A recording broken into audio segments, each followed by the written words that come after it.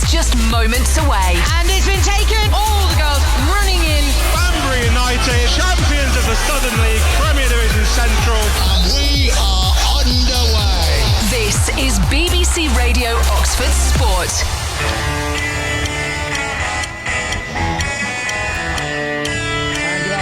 To your second BBC Oxford live commentary of the afternoon. The march to the arch continuing for Oxford City, but a place in the FA Trophy quarter-finals faces the sternest of tests this afternoon. National League high flyers Forest Green Rovers here at Court Place Farm.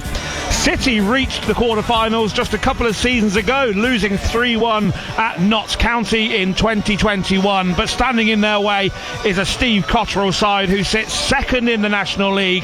They're looking for an immediate return to the EFL. And apart from one game in the FA Cup, they are unbeaten in all competitions since September. So that is the nature of Oxford City's task this afternoon. City, of course, off the back of that 5-0 defeat here on Tuesday evening. So they've got nothing to lose. And if they can spring a cup upset, well, they will be just 2 wins from that trip to Wembley.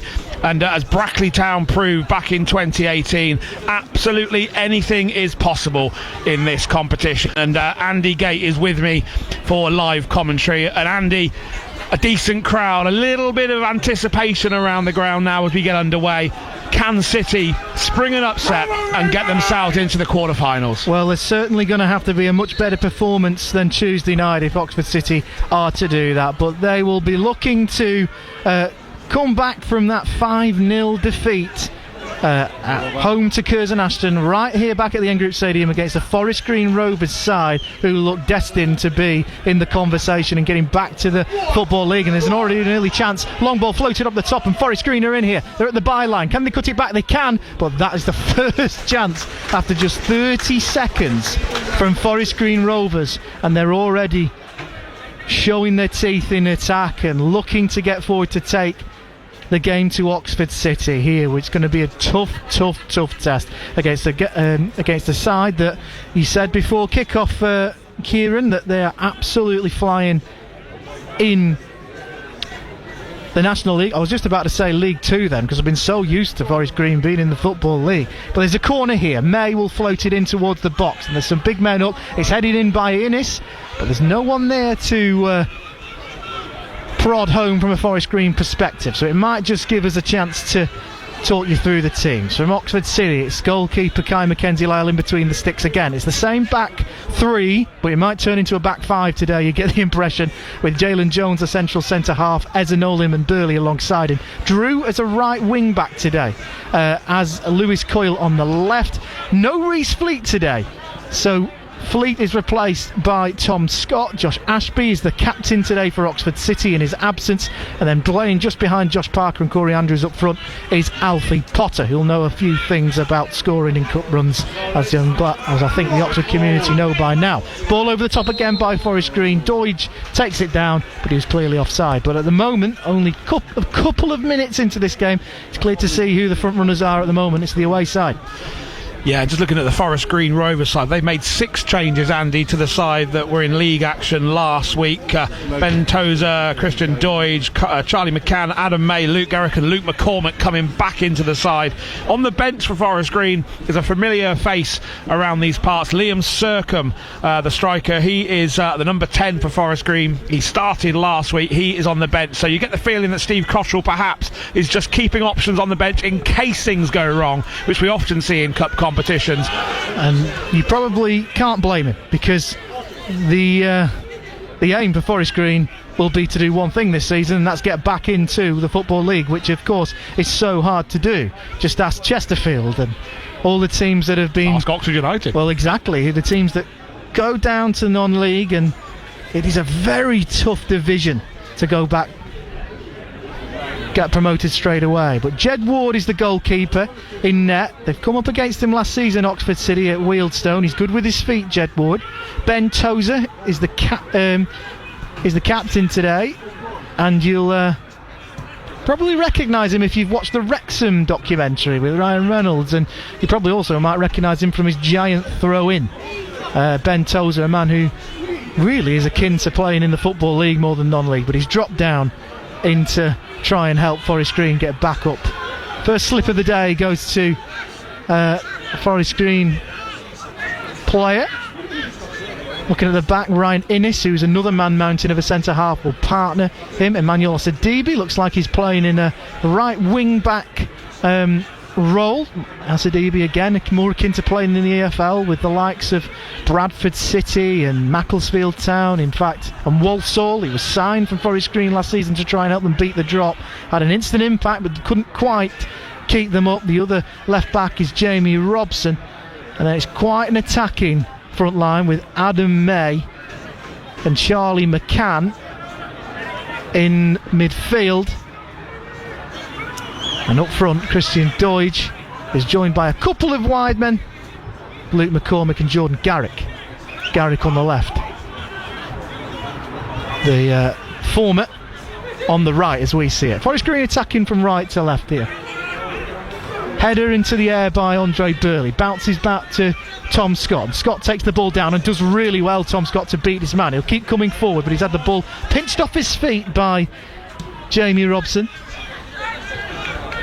And Forest Green will start to play the ball down. Steve Cottrell is a manager that, again, knows the area. He's from around Gloucester. He was manager at Cheltenham and left Cheltenham to go and join Stoke City in the early 2000s. And I'll pause because here come Forest Green. They want a foul here for handball. They think it's come off for Ezanolim, and it has done. Free kick to Forest Green. So it gives me a chance to see Cottrell from Gloucester, was manager at Cheltenham, left to go to Stoke City and left very soon after in a shock resignation to go and join Howard Wilkinson at Sunderland to become his number 2. He's also managed at Burnley, did a fantastic job at Burnley before leaving, and Owen Coyle took Burnley up, but the free kick is taken quickly. Asadibi cross in towards the boxes, hit out by Ashby, but it's not as far away as they would have liked. May back over, another cross in, it's a good cross as well. Jones heads it away, on the edge of the area is May, and he just looks to try and tee up Bentosa, but the pass is behind him. Innes will clean up and Forest Green will recycle possession and come forward again. Over to the right again, looking for a way forward here. They're looking for Charlie McCann back today, but he's not been quite picked out there. Oxford City have been penned in quite deep into their half here. It's been a good start from Forest Green, who are looking to show their first sight on goal in the game so far. Forest Green again bringing the ball forward here with Robson. Back to McCann, opens up and sprays a lovely ball over to the left. It's over Lewis Coyle's head, and just as it looked as though Luke McCormick was about to run in on goal, he slips at the vital moment, and that would have been an opportunity there, but instead the ball's gone all the way back to Jed Ward. And Andy, I'm just looking at the some of the units in the Forest Green side. The centre half, massive 6'6" tall, and Ryan Innes. And these throws and corners are going to cause City some real problems today with the size of the players coming up from the back. McCann, ball in, looking for his man, finds him, but he's offside. Header into the air by McCormick, and it's captured by Kai Mackenzie-Lyle. But you're absolutely right. I'm looking at Ryan Innes, the number 5 centre half. He towers over Jalen Jones. Well, almost. I think they're pretty much the same size, to be honest with you. I walked past him in the corridor on the way in, Ryan Innes, the former Port Vale centre half, and I'm looking up to the sky thinking, flipping heck, try and win a header against you as a centre half. Even in the National League, it's going to be a difficult job. His centre half counterpart Bentosa's not too short either. Well, he makes him look small, doesn't he? I mean, Bentosa's very tall, but next to Ryan Innes, he looks my size. Anyway, play continues, but it is Forest Green with the early running at the moment. But Oxford City have defended well so far. Steve Cottrell's in the technical area and just bellowing out orders to his team, but Oxford City have a throw in which they'll take and find Jones. Here's Burley now, opens up his body and they'll send one forward looking for Aaron Drew, and the ball just isn't quite into the area that Burley would have liked it to have got to, and eventually just lands plumb into Jed Ward's hands. I have to keep saying Jed Ward pretty quickly. It's not the duo that came second or third or whatever it was on the X Factor.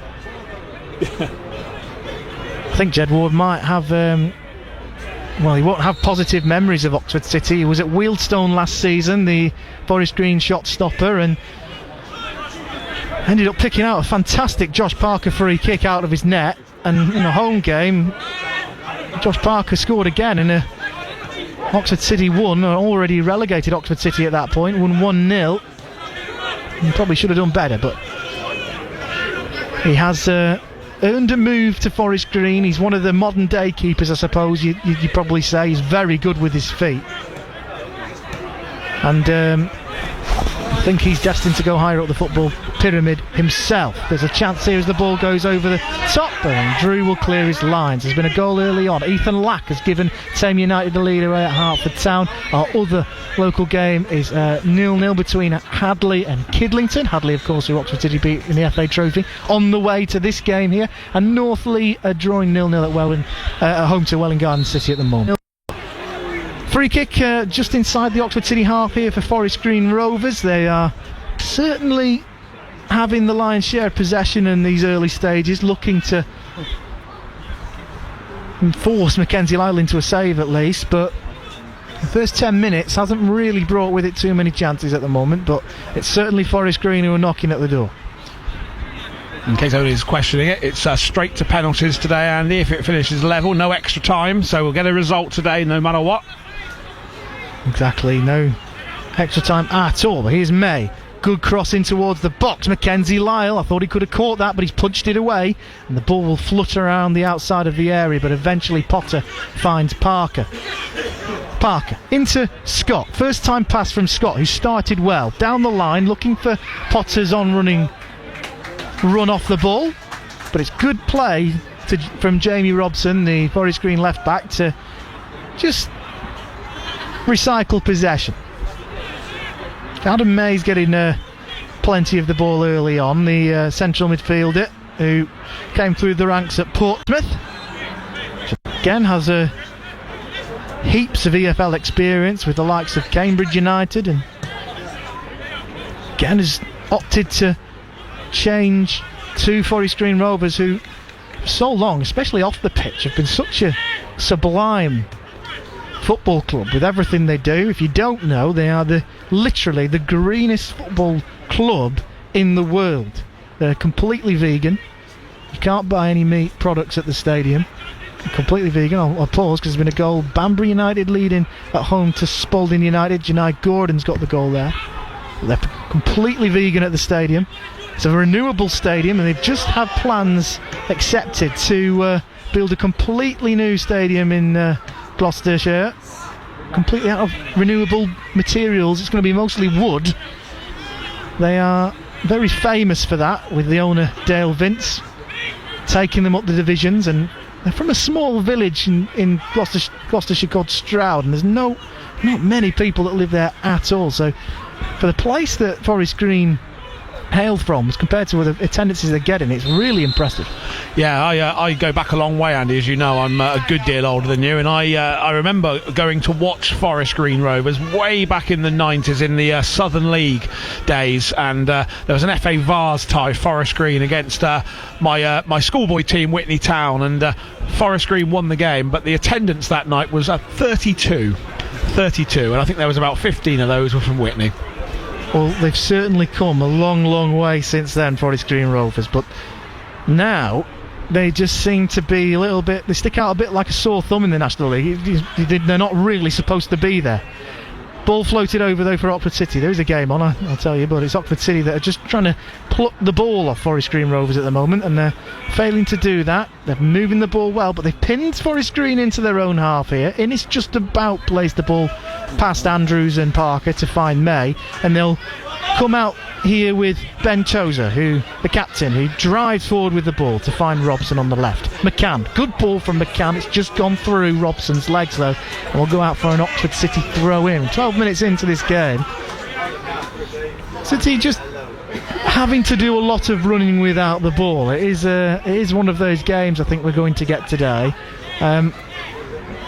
It's a weird one, isn't it, Kieran, because you look at the competition and there's been a lot of the bigger boys that have been knocked out. Forest Green Rovers are the favourites for the competition at the moment. They are pretty heavy favourites as well. I was looking at the odds, and Oxford City are completely at the other end of that. I think you can. I think the third the third most outsiders in the teams that are left. I think if it wasn't for Sittingbourne that are going to Southend United today, and what's been an incredible journey for them, I think they'll be further near the bottom. But you never know. There has been a lot of shocks in this competition, and I just wonder whether Cottrell and Forest Green may have one eye on the league, but at the moment it doesn't seem to be that way. May pulls up and leaves the ball as he looked to be into a dangerous position, but he just gives up on it, thinking the referee will give a free kick, and he didn't.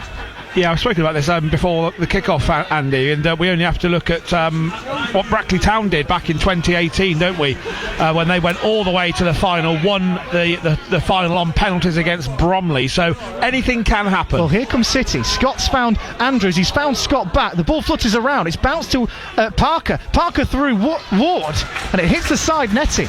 And after all Forest Green's early pressure, Oxford City pushed them back up into their own half, force an error, and Jed Ward makes the first save of the game, and it's a good save because that was on target from Josh Parker, and Oxford City have a corner here. Yeah, good breakaway there from City, and really good pressing as well. And the deliveries need to be good, don't they? Because over the last couple of weeks we've seen some of these deliveries going over the top of everybody's heads. The delivery to the back post, perhaps to Jalen Jones to nod it back in from the back post, perhaps. Well, Ashby with one arm in the air, he sends the corner in, it beats the first man into Parker, and City take the lead. Can you believe that? The second chance of the game after just 15 minutes, and Josh Parker heads home from the corner. And do we have a cup set on our hands here early on? Because Oxford City of the National League North have taken the lead against National League Forest Green Rovers. Oxford City 1, Forest Green 0. Well, I said we wanted to see a decent delivery to the back post. It came almost to the near post, and Josh Parker just broke away from his marker and got it into the net.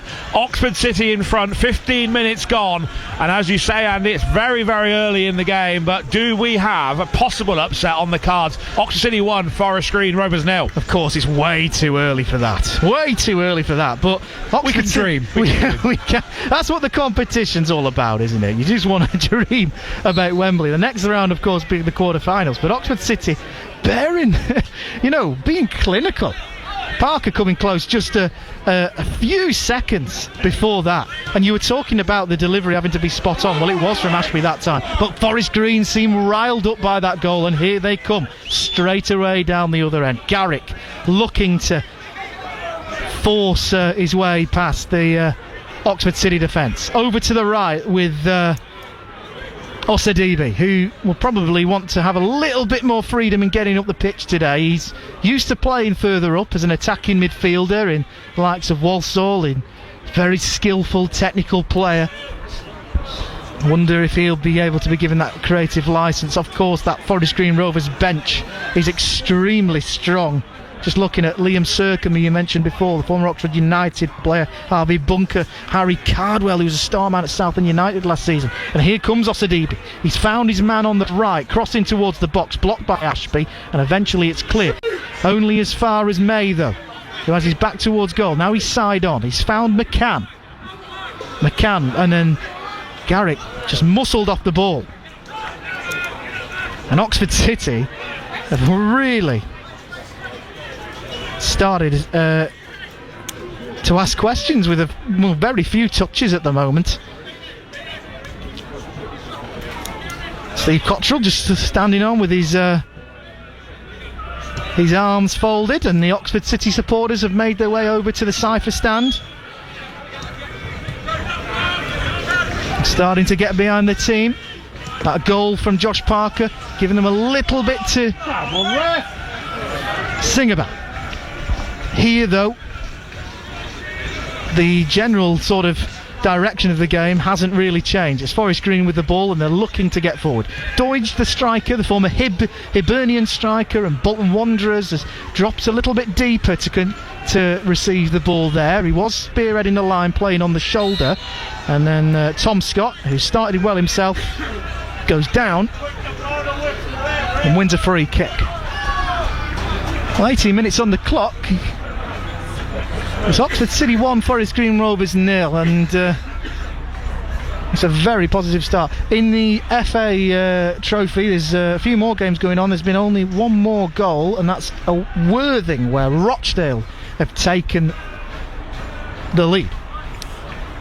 That's a difficult place to go. Worthing flying high at the top of National League South, and Rochdale have had a few games postponed in the National League for weather reasons.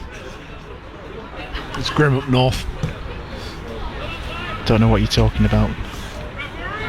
I've seen you wrapped up warm, Andy. I know you feel the cold sometimes. Here come Forest Green though with Garrick, who looks certainly very lively, and that's going to be a yellow card for Andre Burley. Straight away Burley into the book. The referee can have absolutely no choice to book him there, and Burley or the Oxford City players or supporters cannot argue with that one. No complaints there, was it? It wasn't really playing the ball. Easy yellow card for the referee, Greg Rollison, to give there. Burley's going to have to be careful. So he is walking a tightrope now, Andre Burley, and he's in one of those positions with Garrick, especially the left winger, who has started in a real lively fashion. It's a little bit of a dangerous one there for Andre Burley, who is literally walking a tightrope now. 20 minutes in, he is the first booking of today. Ball over the top, looking for a green shirt. It goes straight through to Kai Mackenzie-Lyle. 20 minutes on the clock. Oxford City 1, Forest Green Rovers 0. I'm getting that in as much as I can before hopefully Forest Green from an Oxford City perspective can be staved off for just a little bit. They've certainly looked impressive with the ball. They've not quite created many chances, but you get the impression that they're about to come. Free kick given away in the middle of the park by Ashby on May. Elsewhere in the National League North, Brackley Town still level 0-0 away to Hereford United. That's available for you on the BBC Sport website and app if you want to catch that one. Hereford 0, Brackley Town 0 in the National League. May. Ball forward. It's a good idea. And he was on the same wavelength with Christian Doige, the striker there, who made the run forward. But it was just a little bit too much power on that. City coming forward again here with Potter. Here's Coyle.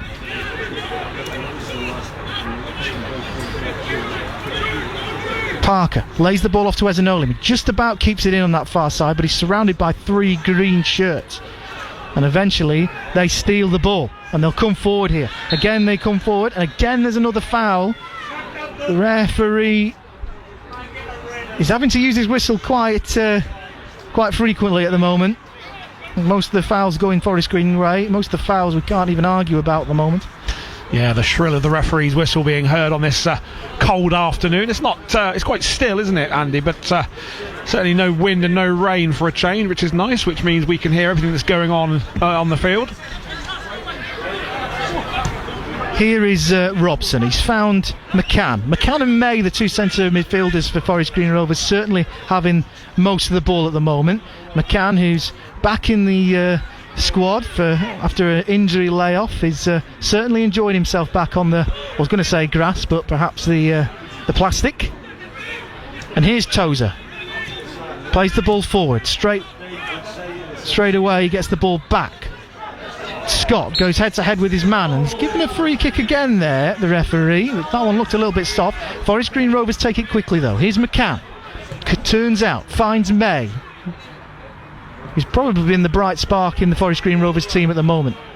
Osadibe shapes for a cross, but he's had the angle cut out by Parker, so he'll move the ball back centrally. McCann, Tozer again. Robson, McCann, they're moving the ball quickly for one touch passing here from the Greens. May. It's pass at the moment. They're moving Oxford City's defensive shape around at the moment. The City have nicked the ball off Osadibe. Osadibe thought he just took down Potter there. The referee remained still. Ball over from Parker to Burley. They're pressing here, and Burley's ball back to Mackenzie-Lyle. Mackenzie-Lyle just hits it straight down the pitch, but it's picked up by McCann. McCann again City just trying to get the ball clear and can't. May turns away from Potter. Beautiful ball over to the right now. Chested down by Robson. Looking for a way forward. Trying to find a way past Potter. He stands up still, and Parker won't even bother to try and pick out Andrews, but in fact he has done. He's just tried to clear that ball down the line. Andrews has done even better though to win that ball back, and somehow Oxford City have just about cleared their lines after a little bit of Forest Green pressure.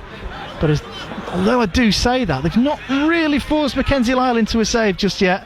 There's not really been many chances full stop. The only two have fallen to Josh Parker. One of them's gone in from a set piece. It's been that sort of game so far. Here's Osadibe.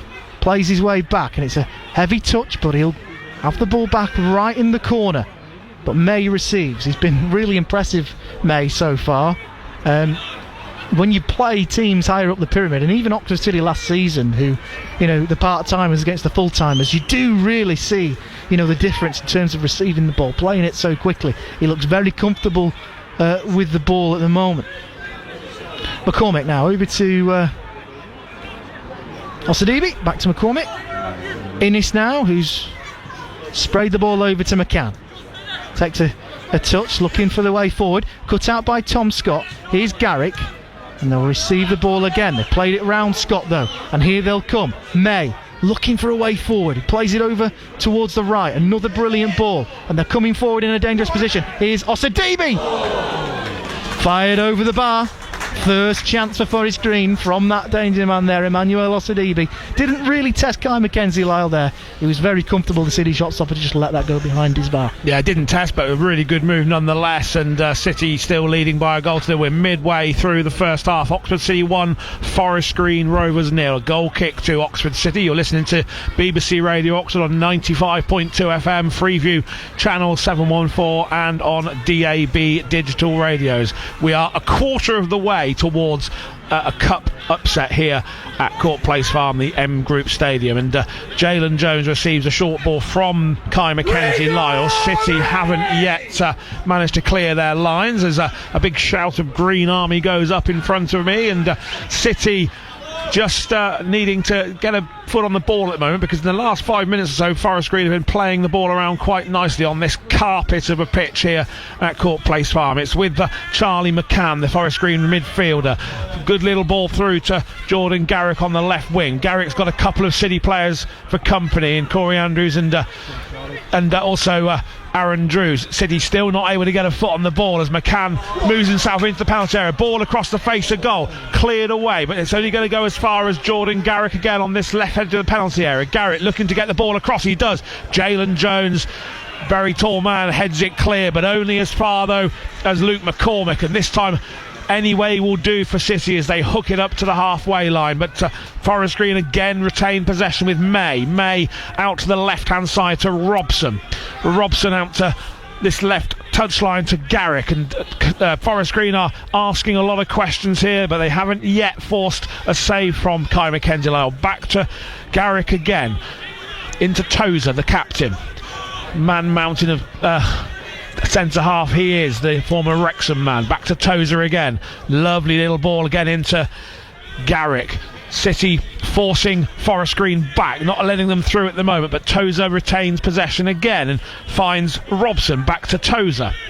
Lots of passes here. I mean, it must be 50 or 60 passes in a row for Forest Green, but they're not getting anywhere forward at the moment. They're moving the ball well. They're just buying the time, aren't they? Yeah, absolutely. I think they're happy just to play and just move the City players around and wait for their opportunity. They're not getting bored with it, are they? No, they aren't. And then Tom Scott pinches the ball very briefly from McCann, but it's again back in possession with Robson just in front of us in the commentary position. Little square ball infield to Adam May, the central midfielder. Lovely ball across to the far side. Lewis Coyle brings down his man over on the right touchline, and it's going to be a free kick to Forest Green Rovers, tight on the touchline, and we'll see the big men coming up from the back now without a doubt, and that will be a real target for this free kick as Innes comes up from the back and Tozer comes up from the back.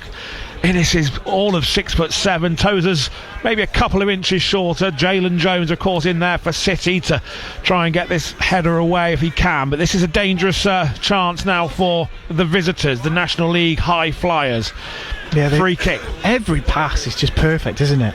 You know, I've not seen much National League Step 5 football this season, but from what I've seen, York City, who are like towards the top, must be absolutely sublime, because this football from Forest Green, they do not give it away easily. No, they've been playing some really good stuff. So free kick, here in it comes. As I say, Innes and Tozer will be the big target men, the two centre halves. Left arm raised in the air. In comes the ball. It's going to go towards Jalen Jones, who gets up and heads the ball away, but only as far as Emmanuel Osadebi. Osadebi out that right touchline again, and Forest Green back in with a chance again. Ball flashes across goal, and it's gone across everybody. And Kai Mackenzie-Lyle, I'm going to give him the benefit of the doubt there. He just let that go, watched it past his his right hand post, and it's a goal kick to Oxford City, and perhaps a chance for them just to take a breath. Oxford City 1, Forest Green Rovers 0 as we come up to the half-hour mark. Yeah, first sighter for Christian Doidge there, the striker, who, again, like a lot of the Forest Green players, really should be playing in the Football League, in my opinion. He's their record goal scorer. He was very adept to National League football, and was one of the reasons they powered themselves into the Football League. Deutsch. And then he went away, played in Scotland's top in flight at Bolton Wanderers, and is now back to try and help Forest Green return to the Football League. And they do leave him a couple more like that, he will put one away. Andrews wins the ball well in the midfield, finds Aaron Drew on the right. Drew, lovely looking ball to the back post. It's gone over everybody's head. Tom Scott tries to recycle the ball. It's going to go out of play for a Forest Green Rovers throw. Steve Cottle, as we mentioned earlier, has got lots of experience, lots of options on the bench, not least Liam Sercombe, the ex-Oxford United striker, and also Jamie Searle. If the goalkeepers have an issue, it's Jamie Searle, and they were talking about the size of some of these players. He's on the bench, the sub-goalkeeper, but he's 6'7" as well, so I don't know what they feed them in Gloucestershire. It must be these vegan meals, obviously make them all pretty large, shall we say. Well, you've got a good goalkeeper coach, the former Oxford United goalkeeper coach Wayne Brown there at the moment, so there's another Oxford United connection there alongside Liam Sercombe. Oh, ball smashed against Aaron Drew. He couldn't control that one. It's gone out of play, and it's going to be a throw into Forest Green, taken quickly by Robson. And then it's Innes, the man-mountain centre-half. Little ball up the field to Adam May. Finds Osadebi over on the right-hand side, but Corey Andrews putting a little bit of pressure on Innes, and it has to go back to the goalkeeper Jed Ward. And as Andy said, we'll be very careful that we don't say that too quickly. He hasn't got hair like Jedward either, so he must be sick of the sight of Josh Parker after the Wealdstone game last year with that free kick from 30 odd yards. Free kick to City, and this is in a pretty dangerous position as well, because Josh Ashby was bundled down, and it's just level with the edge of the penalty area, maybe just a yard or two in front, but it's a free kick to City and an opportunity perhaps for Ashby to get another ball into the box, and up will come Jalen Jones again. 6'7" Jalen Jones scored the equaliser last week, of course, against Kidderminster Harriers in that terrific game in the National League North. You got Josh Ashby and Lewis Coyle over this one. It will either be Lewis Coyle with an in-swinger, or maybe Ashby with a right-footed out-swinger. And Coyle's walked away, so it will be another delivery for Ashby. Two men in the Forest Green Rovers wall. Up goes the left arm, not quite as good a delivery that time, dealt with quite comfortably by Forest Green, but Chiaz Nolan picks up the ball in the centre of the park, lays the ball out to the right side to Ashby to Scott first time pass in towards Corey Andrews, but that's hit it rather too hard against Andrews. Really difficult to control that, and it's just bounced off of his shin for a Forest Green Rovers goal kick. 32 minutes gone. Oxford City 1, Forest Green Rovers 0 in the last 16 of the FA Trophy, and a place in the quarter-finals up for grabs. The march to the arch, as we said at the start of the game. Forest Green Rovers probably have bigger fish to fry this year. They desperately get themselves back into the EFL at the first attempt if they can, but a good cup run always is a tonic for any team. Over to the right side to Emmanuel Osadebi back in field to the centre half Innes. Innes just brings the ball over the halfway line into the centre circle, plays a little square pass across to Adam May. Right-footed ball over the top, looking over to the far side. Coyle has slipped. Now there's a chance here, and it's a good save, not cleared, and now it's offside. So McCormick got the shot in, I think, and then it stung the hands of Kai Mackenzie-Lyle, but I think Charlie McCann was judged to be offside from the rebound as he was coming back from an offside position, and it's a chance for City just to take a breath. It was a brilliant save. Mackenzie-Lyle really getting down to his left well to stop that from sneaking over the line, but Doy's just offside. It's the first save he's had to make so far, really, and I imagine with the way this game's going, he might have to make a few more before the day's out. Absolutely. In the Southern League, Kidlington trail at Hadley by a goal to nil from the penalty spot. Tame United still leading 1-0 in their game at Hertford. Brackley Town, of course, playing away to Hereford at Edgar Street this afternoon. That's on the BBC Sport website and app if you want to catch that one. From our colleagues from BBC Hereford and Worcester here at Court Place Farm. Oxford City 1, Forest Green Rovers 0. Little ball in there to McCann. Jalen Jones deals with it, but only half deals with it really. But then Potter lays the ball back and it's cleared up over the halfway line. Aaron Drew doing battle with Garrick, and it's out of play for an Oxford City throw. And they're not going to be in a huge hurry to take this one as we tick towards 10 minutes before half time. And elsewhere, Exmouth Town have the lead against Didcot Town. Another mammoth trip down to the southwest for Jamie Heap's men. Exmouth 1, Didcot 0 in the Division 1 south of the Southern League. City looking to maybe get a chance here. Corey Andrews has peeled away from two defenders. Aaron Drew being hassled and harried, and he's won a corner. Good play there for Aaron Drew. Andrews burst into the box, got away from two Forest Green players, and then the ball ricocheted back to Drew. Drew just shielded it out really to allow it to run out of play for a corner kick to Oxford City. Up comes Jalen Jones again, and it looks as though it's going to be Lewis Coyle going to run over to take this one. Left footer. Tale of a couple of corners, because on Tuesday Josh Ashby took a corner and it didn't beat the first man. Curzon ran up the other end, and there was a rash challenge on the edge of the box and they scored the first goal. The earlier corner in this one, Oxford City scored, so it could expect anything really. Let's see if we can make it 2 from 2 then. It's going to be Lewis Coyle this time with an in-swinger towards the back post. It's gone over everybody's heads. Even Jalen Jones couldn't get to that. In fact, it's gone out of play for a goal kick. Just about a goal kick, the right side of the corner flag from a Forest Green Rovers perspective.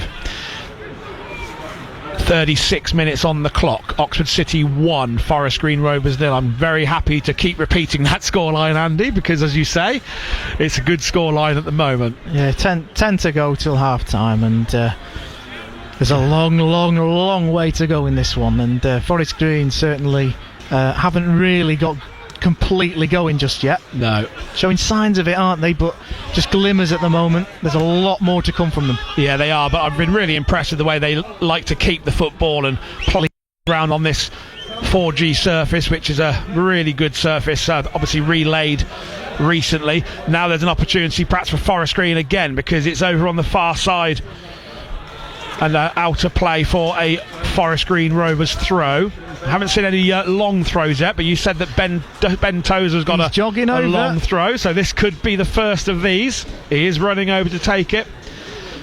City have got their own exponents of the long throw as well, of course, in Aaron Drew and also Chiesa Nolim, but this will be the skipper for Forest Green, Ben Tozer. He just flexes his muscles in front of the Macron stand over on the far side, and this is going to be launched straight in towards Innes. He is. It's like a run up from Fred Truman back in the day into the penalty area, headed away by Josh Parker back there. Brilliant header as well, but it hasn't been fully cleared because Robson chips the ball into the box, cleared away by Eza Nolan, but it's still not cleared properly. But now there's a chance on the left side for Forest Green, and it's with Osadebi, who's come in from the far touchline, but he's curled that one over everybody's head and out of play for a goal kick. That was a really long run up, wasn't it? That was like watching Jimmy Anderson running in from the pavilion end, that throw in from Dozer, and it's gone over everybody, and thankfully City will be able to clear their lines from this goal kick. It is already backs against the wall, isn't it? City are defending deep, they're just blocking, putting bodies on the line. It's going to be that sort of game.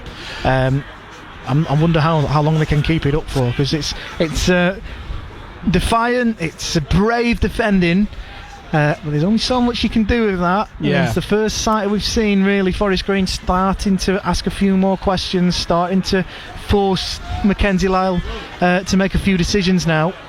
Well, it's almost going to be like an away performance, if you like, isn't it? The City exactly. United to do, sort of soak up the pressure and catch Forest Green Rovers on the break, which is what they did for the opening goal. 7 minutes to go in the first half. 1-0, Oxford City lead. Lovely ball over the top, looking for Andrews, headed away by Osadebe.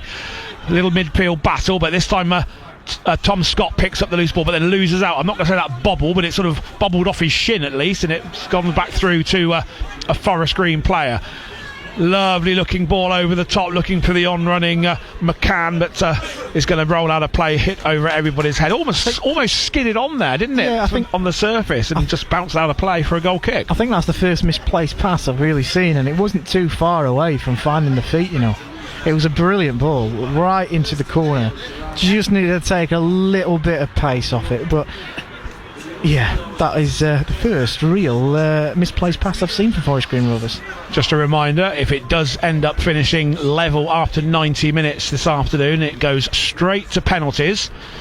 I don't think my nerves could take a penalty shootout, Andy, and I'm sure yours can't, because I know what you were like last week when the equaliser came in against Kidderminster.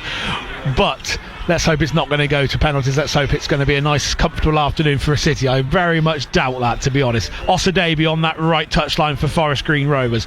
He's got plenty of space and nobody really challenging him. Ball in field to McCormack. Back towards the captain, Tozer. Tozer has got acres of space to run into, so he opens up his legs and brings the ball up to the halfway line.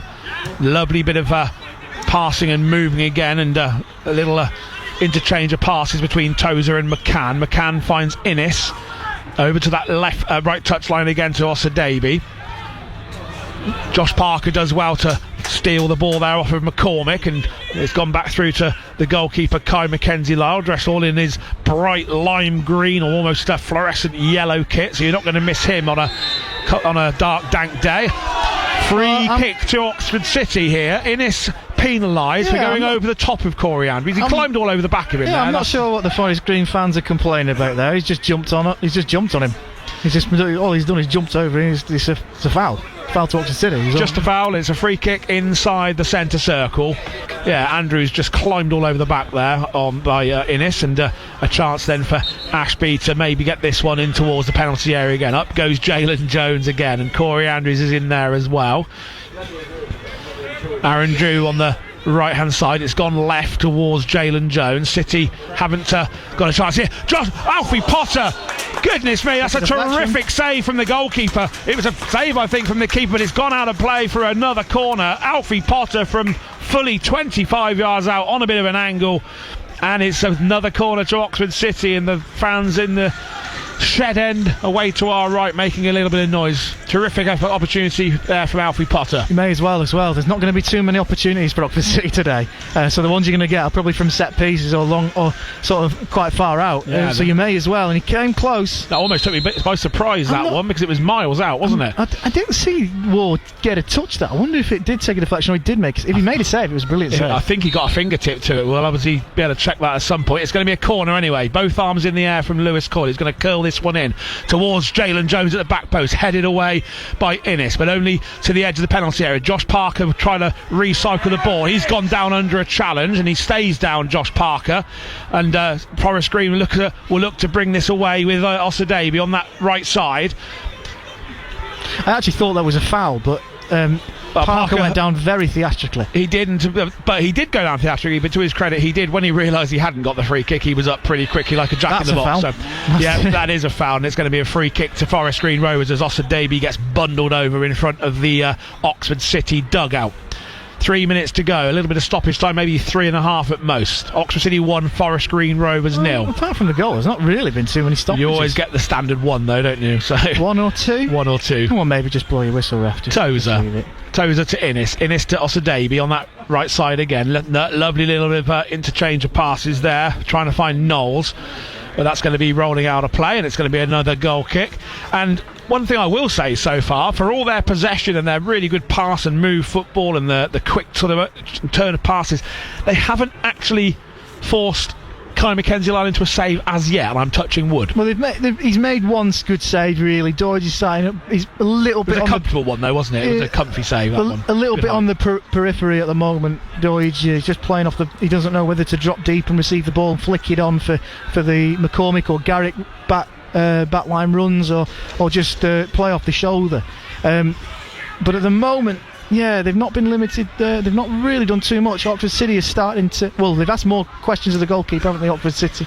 Absolutely, and that's a testament to how well they've actually played in this first half. You know, it's never going to be a game where they're going to dominate possession against a side that are so lovely. Chest back there from Andre Burley back through to the goalkeeper. Really well controlled, and just trickles through to the goalkeeper, Kai Mackenzie-Lyle, who's in absolutely no hurry to let this one go out of his hands, and he just bounces the ball once on the floor. Christian Doy's just asking him to get a move on, and he does clear it up over halfway. Picked up in the centre of the park by Ashby, who chips the ball over the top for Josh Parker to run on to. Parker does well to retain possession on the touchline. Back into Coyle back to Chiesa Nolim, who left-footed hoiks it over the halfway line towards Tom Scott, but Forest Green regain possession with Garrick. Garrick, though, gives the ball away, and it allows Aaron Drew just to roll it all the way back to his goalkeeper, Kai Mackenzie-Lyle, who clears it away from his feet first time. I don't think that's a foul. No, Corey Andrews a judge to be backing him there. I can't believe he's given a foul there. He's just walked into him. You can touch people in football. I was just about to say, I was really surprised how easily Ben Tozer just went to the side there. Andrews just used his strength there. I can't believe the referee's given that as a foul. And if anything, when the free kick was taken, Aaron Drew shoved Garrick in the back, and the referee gave nothing. So you could never second guess. Yeah, well, who knows? I think Garrick. It's going to be 1 minute, by the way. The official's got 1 minute, and we're into that now. 1 minute to go in the first half. Then Oxford City still leading by a goal to nil. Can they hold on until the break? Garrick into McCann. McCann turns his man. He's got past two players. He's got past another player. He's got to the edge of the penalty area. He's shoved away from the ball. Still an opportunity. Blocked there by, I think, Tom Scott blocking it. And now there's a chance perhaps for City to counter-attack with Andrews. Andrews out to Parker. City haven't got many men forward at the moment, so Parker is on his own. Then he runs in towards the box. He's bundled down there. Referee says no to that challenge. He's bundled down there. It's very slight, but he is bundled down there. Didn't seem to be much of an opportunity to play the ball there, but Robson brings the ball over the halfway line. Little ball back in field to McCann in the centre of the field. McCann to May. May over to Osadebe on that right touch line again. Last opportunity perhaps for the first half for Forest Green to maybe get themselves level here.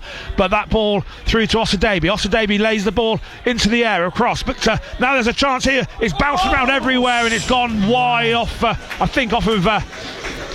possibly off of Tom Scott, and it's a corner to Forest Green as we go into time added on. Very close, but I was watching quickly before this corner's taken. I was watching Blackburn versus Preston yesterday. Referee didn't let them take it a corner right at the end of the game because the minutes were up. Same with this one. Yeah, well, we've had the added time. There's been nothing more apart from that. All City need to do is just get this away, and then it will be half time and it will be 1-0. But it's a corner to defend deep inside first half. Stoppage time. The ball's flashed across everybody. There goes the half time whistle. Sorry, go on, Kieran. A really good first half, it has to be said, for Oxford City.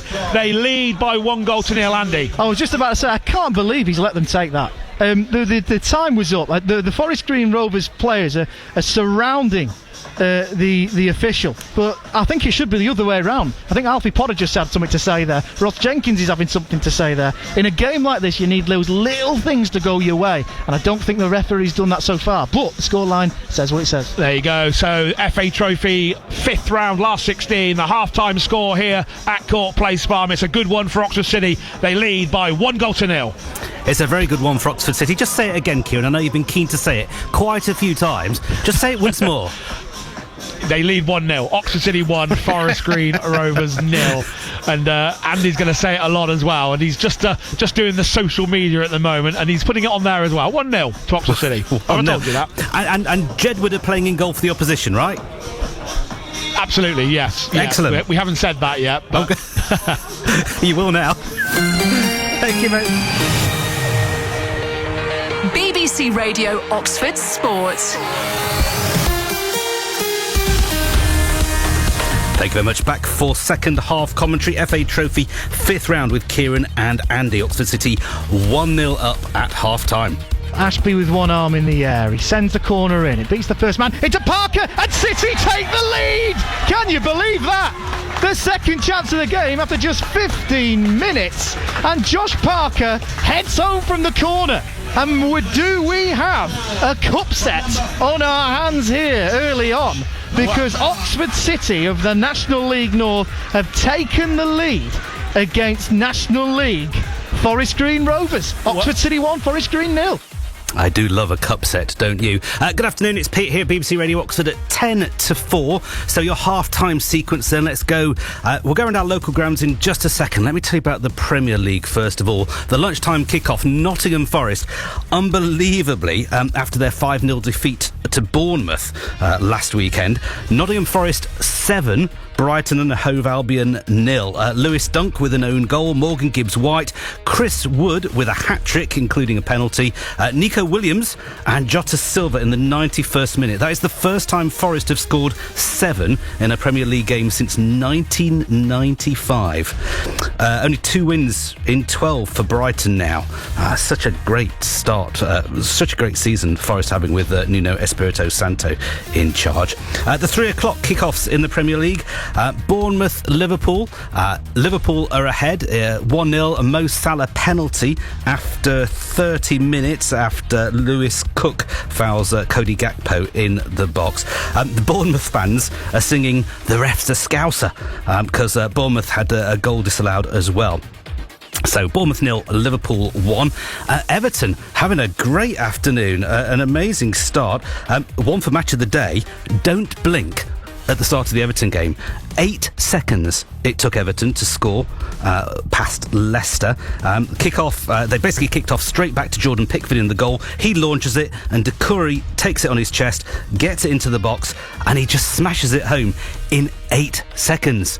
Abito with 2 of the goals for Everton in the 6th and 45th minute. So Everton 3, Leicester 0. Ipswich Southampton is a goal apiece. Aribo putting Southampton ahead. Liam Delap, who else, equalising for Ipswich at Portman Road, 1-1 there. And Newcastle, who've dominated much of the first half against Fulham at St James's. Tonali almost hit I think it's probably a goal of the month. It was an absolute belter from about 25 yards out. That hit the crossbar. About a minute later, Jacob Murphy puts Newcastle ahead.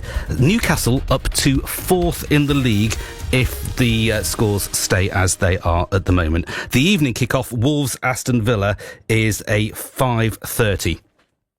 I'll also tell you the Six Nations is underway. Scotland, a few minutes to go at Murrayfield. They're beating Italy 31-19.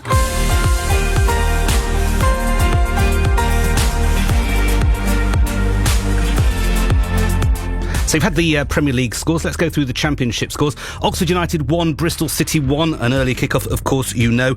We'll hear in a moment from Michael Helik, chatting to Nathan after the game. Plymouth Argyle beat West Brom 2-1. and Watford lost at home to Norwich City. Norwich 1, Watford 0. The half times in the 3 o'clock kickoffs. Sheffield United being held at Pride Park, goalless Derby County Sheffield United. Hull City Stoke City is 1-1. League leaders Leeds United 2-0 up against Cardiff. Millwall 2-1 at QPR. Portsmouth Burnley is goalless. Sheffield Wednesday 0, Luton Town 1, and Swansea City 0, Coventry City 2. Those are the half-time scores in the Championship. So, can I go through our local games now?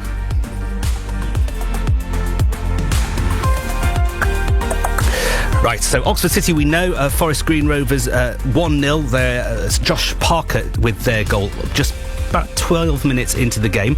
National League North, Brackley are beating Hereford 1-0. Hoping to hear from Tim Carroll in the next couple of minutes. Banbury Spalding, Banbury are winning 1-0. Janae Gordon with that one. Into the Southern League Division 1 South, Exmouth 2, Didcot Town 1. And in the Southern League Division 1 Central, Hadley 1, Kidlington 0. Hartford Tame is 1-1 at the moment. Ethan Lack scoring for Tame United. Hartford equalising just before the half-time whistle. And Welwyn Garden City are 1-up at North Lee. Lane Eady with the goal for Welwyn Garden City. So hoping to hear from Tim Carroll in the next couple of minutes. But meantime, let's go back to Oxford United. Of course, a lunchtime kick-off for the youth today. They continued their non-losing streak. A 1-1 draw at the Castad, despite ending the game against a 9-man Bristol City. We heard from the manager earlier. Well, here's defender Michael Helek chatting after the game with Nathan. A rough, tough afternoon. How's the dressing room feeling with a point today? Yeah, we're disappointed after that game. Obviously, we could win, and everyone in the dressing room is disappointed. I think we should do better in advantage we had, and yeah, but we need to keep going. We need to take the point in the end, and we need to keep looking forward.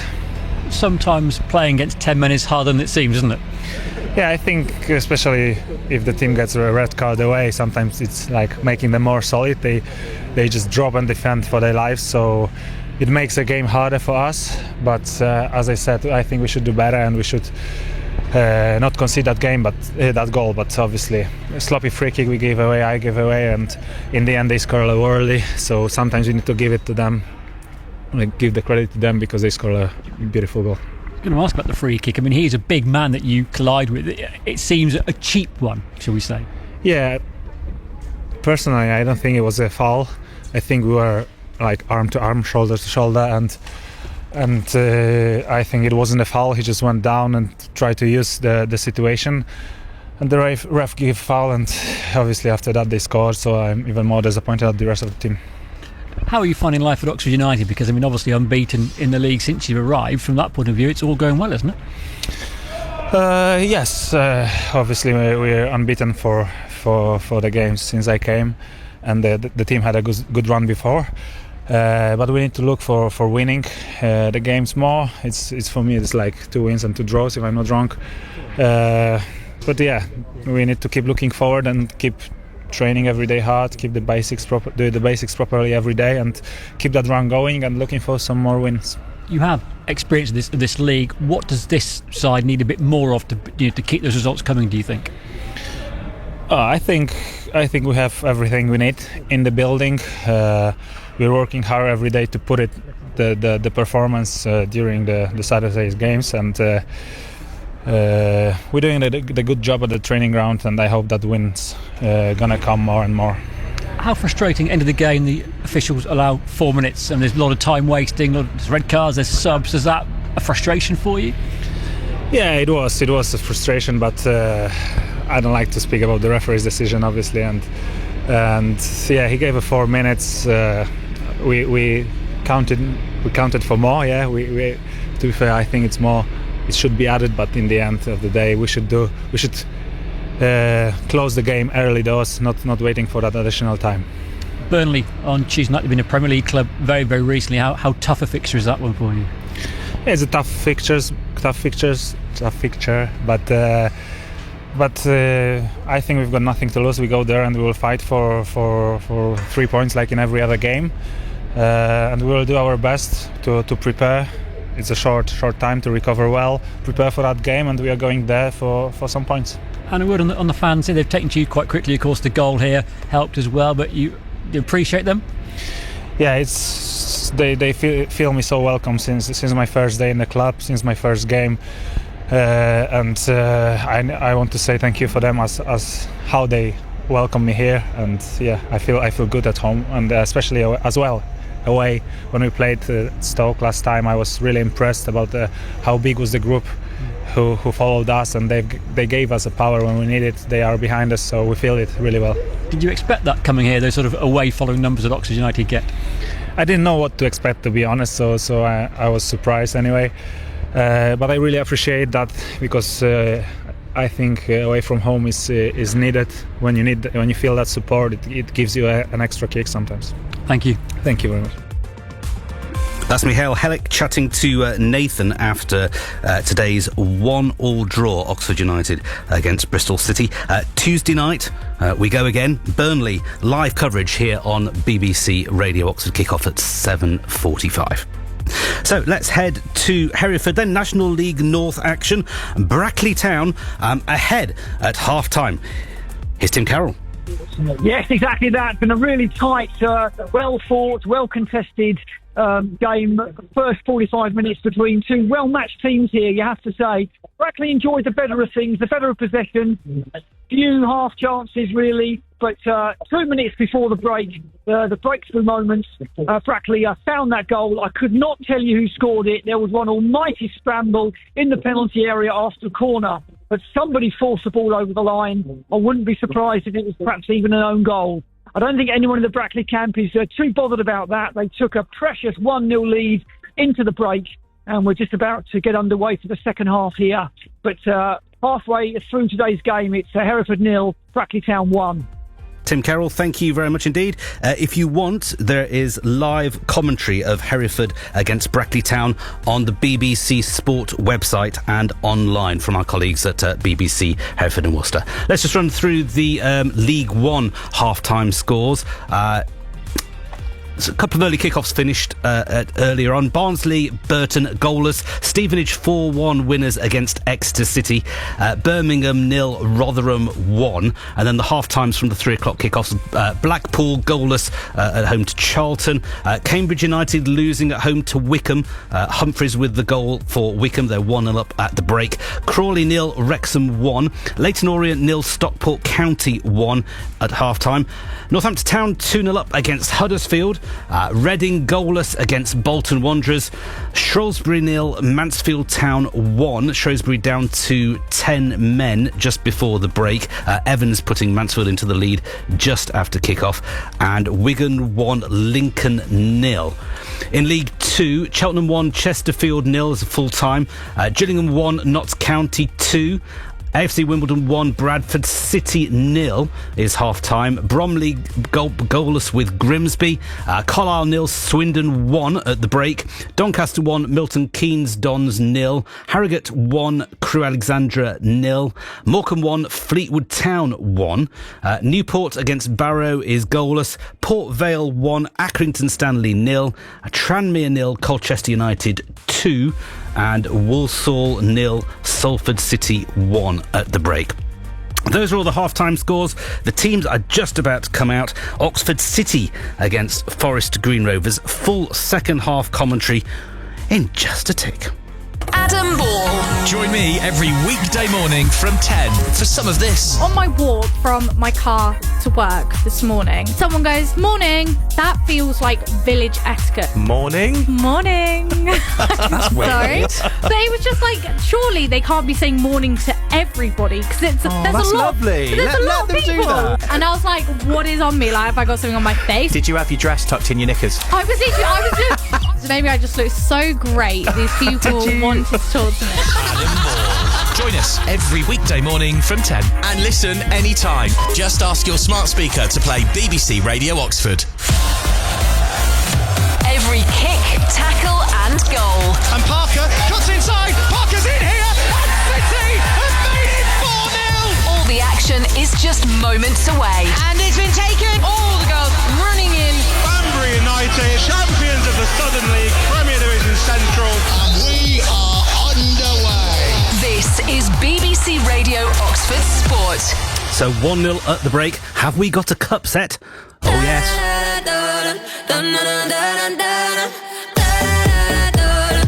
Welcome back to the M Group Stadium, Court Place Farm. The teams are just emerging for the second half in this FA Trophy round of 16 game.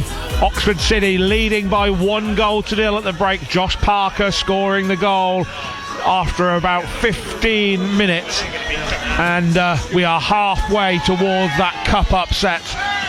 But City have got an awful long way to go against the side that haven't lost really apart from one FA Cup game since September, so they don't know how to lose, and 45 minutes is going to feel like an absolute eternity. Andy, 1-0 at the break, but this is by far from a done deal. Yeah, and I imagine, and I don't say this in it's a bit of a not a cliche, but it's a bit of generalisation, but I imagine Steve Cottrell, the Forest Green manager, is giving them a bit of a rocket at half time, because although they've been moving the ball around well, they've not tested Mackenzie Lyle anywhere near enough than they really should have done. However, there is now an opportunity for Forest Green to reset and go again.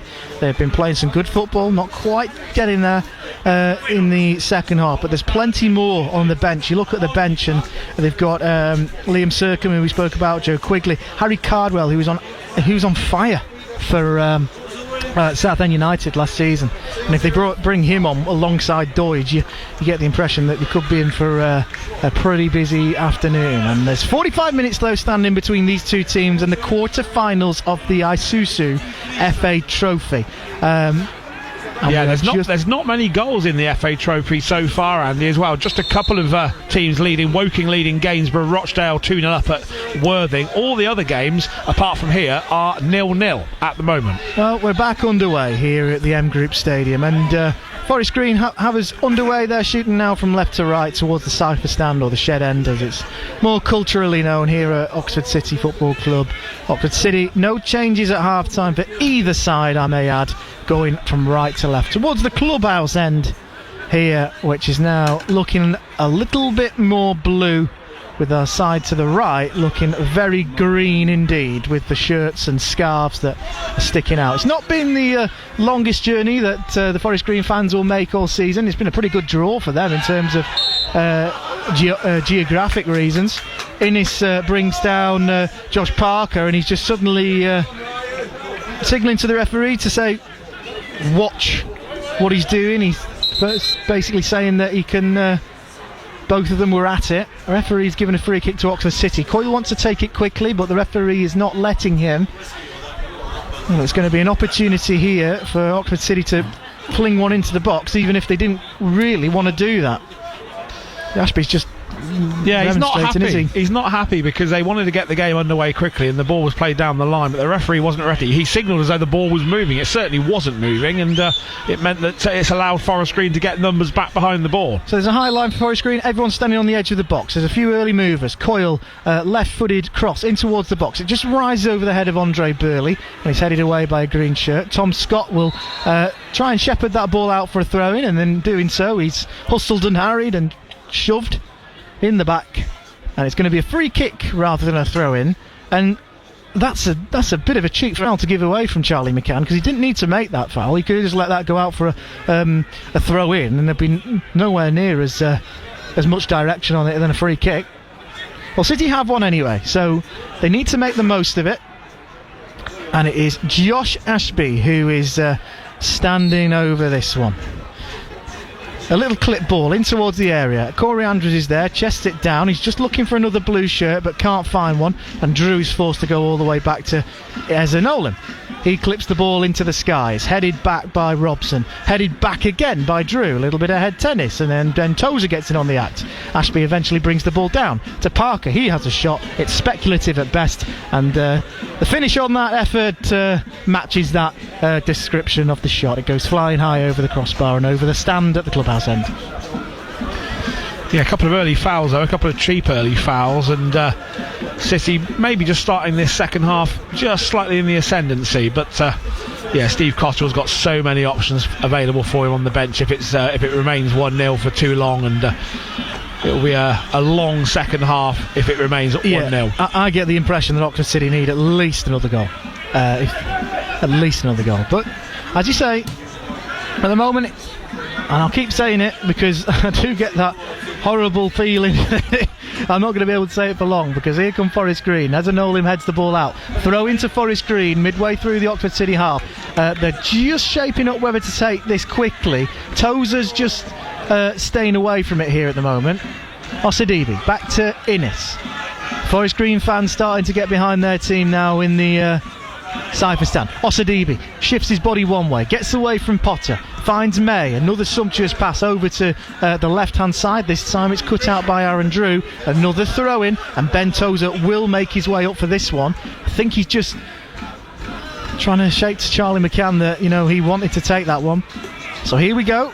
Ben Tozer tucks the ball within his shirt and makes the Rory Delap-esque as the Forest Green fans get into the spirit here. Tozer in towards the box. Jones heads it out. It's scrapped away by Scott. Not as far away as he would like though. McCann into Jalen Jones. Jones wins the header. Drops, but only as far as Andrews. Now Coyle out of his feet first time. Potter will run onto that. He'll just about keep it in, Alfie Potter, and sustain this City attack, but his pass goes straight into Osadibi. Luckily Ashby's under it, and luckily the fan in front of me has stopped yelling Green Army, because that was hurting my ears. He's not far from us, is he? Well, fair play to him. He's getting behind his team, as are the Forest Green fans that are travelling in their numbers today behind the terrace to our right. Make out about 300, 350 have made the journey from Stroud this afternoon. And we spoke about the fan base earlier on. There's a free kick here, and I missed it completely, but what I've seen is Emmanuel Osadibi down on the floor, just shaking his head at Lewis Coyle, and Coyle is the next into the book here. Unfortunately, I didn't quite see that, but Lewis Coyle's the next player to go into the book, and Forest Green have a free kick on this right-hand side. Yeah, it was a clumsy one from Coyle. He did help Osadibi up from the deck, but I think that's a fairly straightforward yellow card. It was he dived into the tackle, clumsy, and fair enough. That. Well, they've taken it short, and the men from the back who are just staying up now. McCann trying to play through. That ball's loose, and Burley smashes it down the field. Headed back by May, and that ball goes smashing into the back of Corey Andrews from innocent clearance. Andrews puts on the afterburners, almost keeps it in. He hits the ball over the advertising board and out, as if to, shape to keep it in. However, the Forest Green players are wanting the referee to go to the book and giving a booking for kicking the ball away there. Yeah, it was a bit cute there from Corey Andrews, wasn't it? Just running the clock down a few seconds by booting it out of the ground. Innes, his clearance goes into Ashby. Foul given again. It's Luke McCormick this time that goes to ground.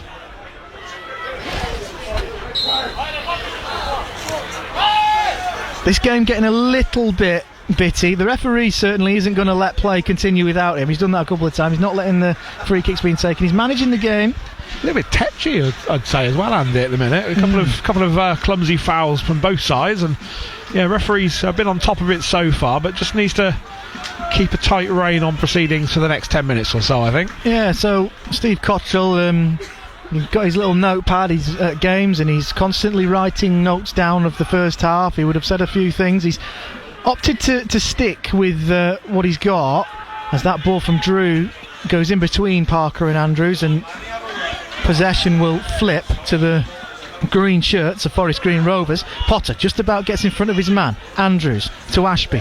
And now City have got an overload on here if they play the cards right. Coyle just decides against playing a rather risky ball and plays it over to Ashby. That's a beautiful ball from Josh Ashby. Touchdown by Drew. Inside, looking for an option, but his pass is cut out. Back out to Ashby again, who's wearing the captain's armband today in place of Reece Fleet, who I'm told is missing through an illness today. A big miss that we've not really spoken about this afternoon, Kieran. I mean, we talk about Forest Green making 6 changes this afternoon, but it's still a really impressive and strong team they've got out there. Oxford City are missing the talismanic captain today, but Tom Scott has certainly lived up to the billing in his place at the moment. Yeah, he's done well, Scott, in the centre of the park. It's big boots to fill, isn't it? Reece Fleet, the captain, leads by example. There's a throw here for City. It's going to be a long one from Drew. And there's a man back on the line, just ready in case that ball does get flicked on here. Drew in towards the box. It's flicked up into the air by May, and Forest Green will get it away by hook or by crook. Garrick's underneath it, and he wins a free kick. Free kick given, and Forest Green will start again with Jed Ward, who... Oh, and Andrews has gone down off the ball here. He's gone down. He thinks that he's been elbowed by Ryan Innes. Didn't quite get a good look at that. Potter's nicked the ball off him. Andrews remains down, though. And this time Potter goes down. That will be a free kick, but there's a contentious decision here. First yellow card for Forest Green Rovers. Osadibi there, but I think Ryan Innes has got away with one there because he's left one on Corey Andrews off the ball, right in front of the goalkeeper, Jed Ward. I think that might have been a penalty there, unless you got a better view of that, Kieran. No, unfortunately I haven't got a better view because I'm looking straight through the stance of the stand. I didn't see what happened there. What I will say, though, Osadibi, yes, he's got a yellow card, but he left his foot in as well. So is as I just said a moment ago, it is just bubbling a little bit at the minute, isn't it? And dangerous free kick for City. They could have had more. They could have had a penalty. It'd be interesting to see that one back because I thought that was a penalty. However, there is movement now on the Forest Green Rovers bench. A couple of players going to warm up. However, Oxford City, I wonder if Ross Jenkins will just have that at the back of his mind. Lewis Coyle has been booked, as is Andre Burley. Wonder whether he'll be opting to maybe switch around. At the moment, the team are playing well. It's just that yellow card situation. Here, though, Oxford City have a free kick, a very tight angle. Josh Ashby is going to take it. He's placed the ball on the ground. There's a one-man wall from Jordan Garrick, and everyone's inside the 6-yard box here. Ashby over his man, and it's headed away by May. Ezra Nolan, and he switches the ball to no one, and it goes out for a Forest Green Rovers throw-in. One thing I will say about that call, though, Andy, probably the best view in the house was the referee. He had a good look at it. He said no penalty. I don't think it was a penalty, to be fair. I think it was a coming together more than anything, but certainly the referee had the best view of the lot there. I think he's certainly meant to do it. I think it's one of them where it's just there's a few theatrics from both teams, to be fair, today. I think you'd have to have a rather... how do I say this? You'd have to have a lot of courage to give that, wouldn't you? If you are going to give it as a penalty. Nevertheless, here comes Forest Green. Osadibi cuts in onto his left and more central, and he's found McCann. Forest Green players have got a little bit of space here. McCann just into the corner of the box. Cross in. It's a good cross as well. Over the head of Doidge and headed out by Potter.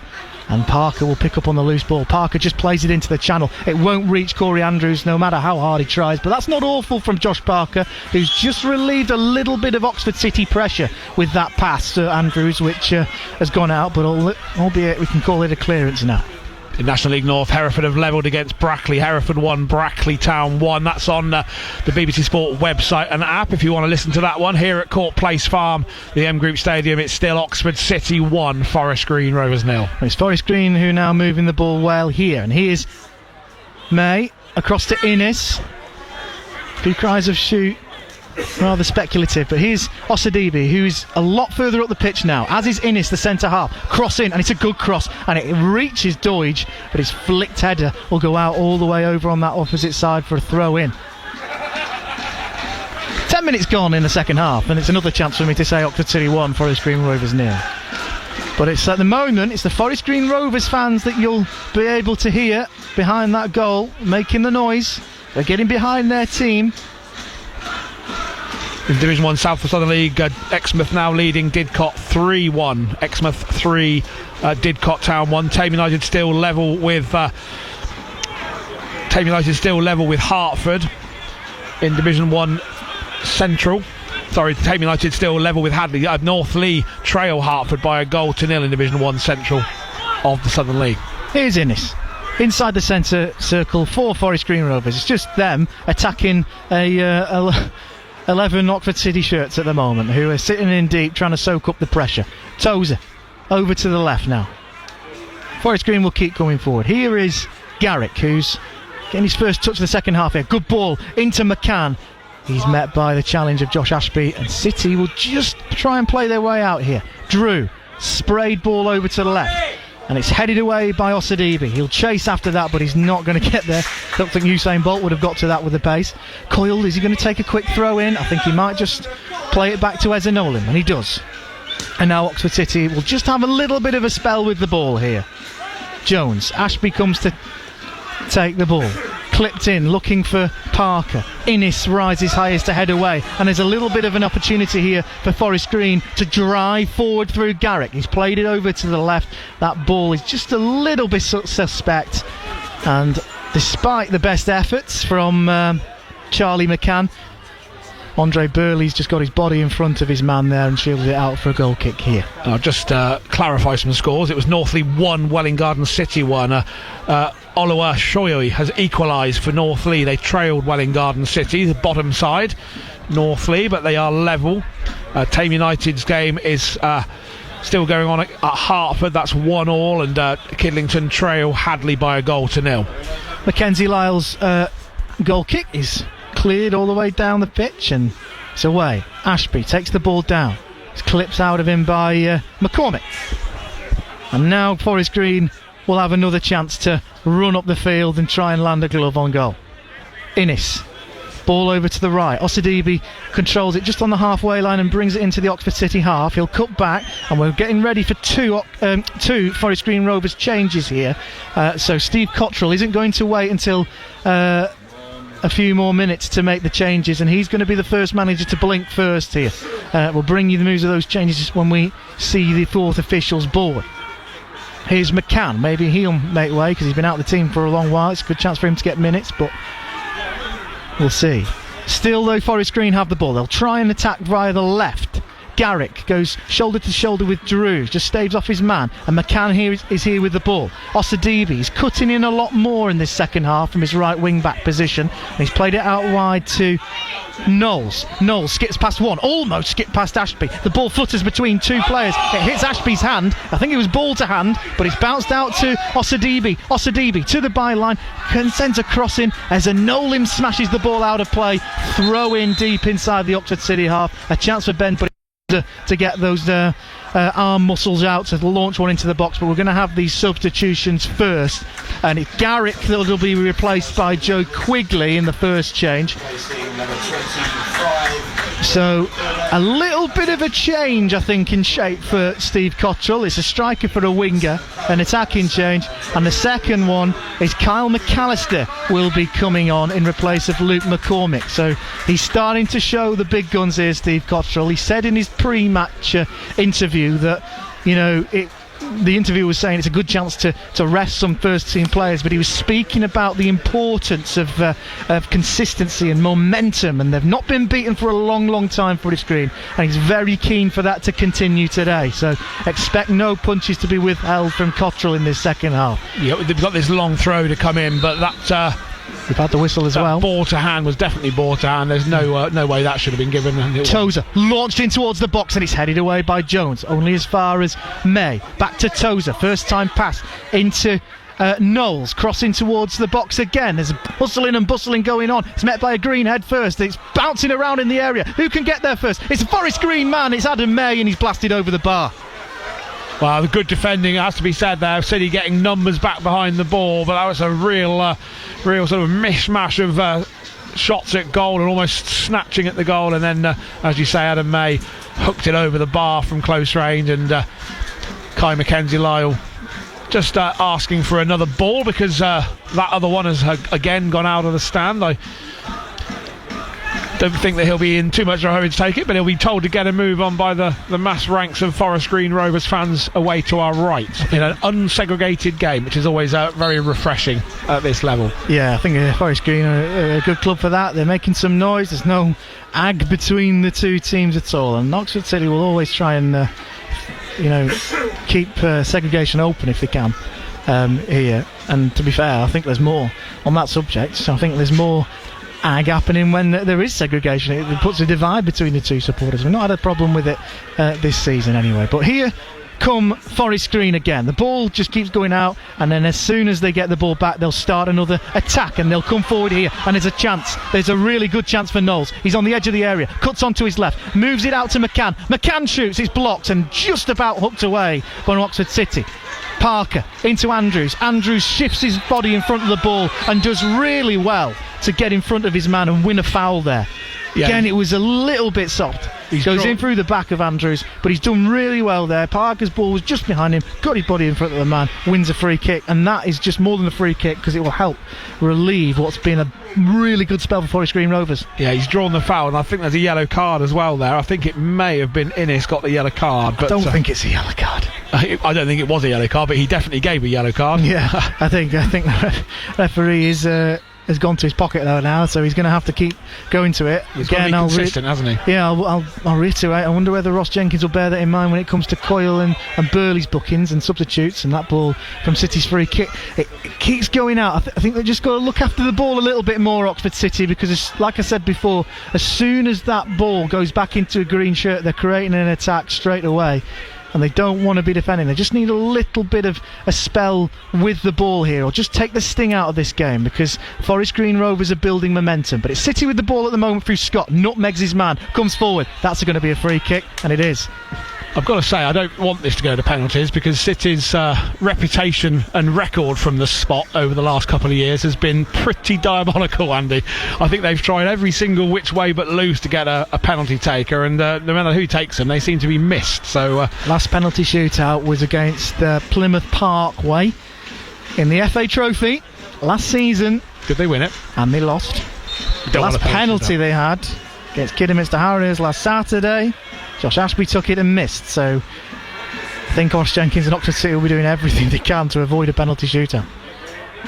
Here's Drew.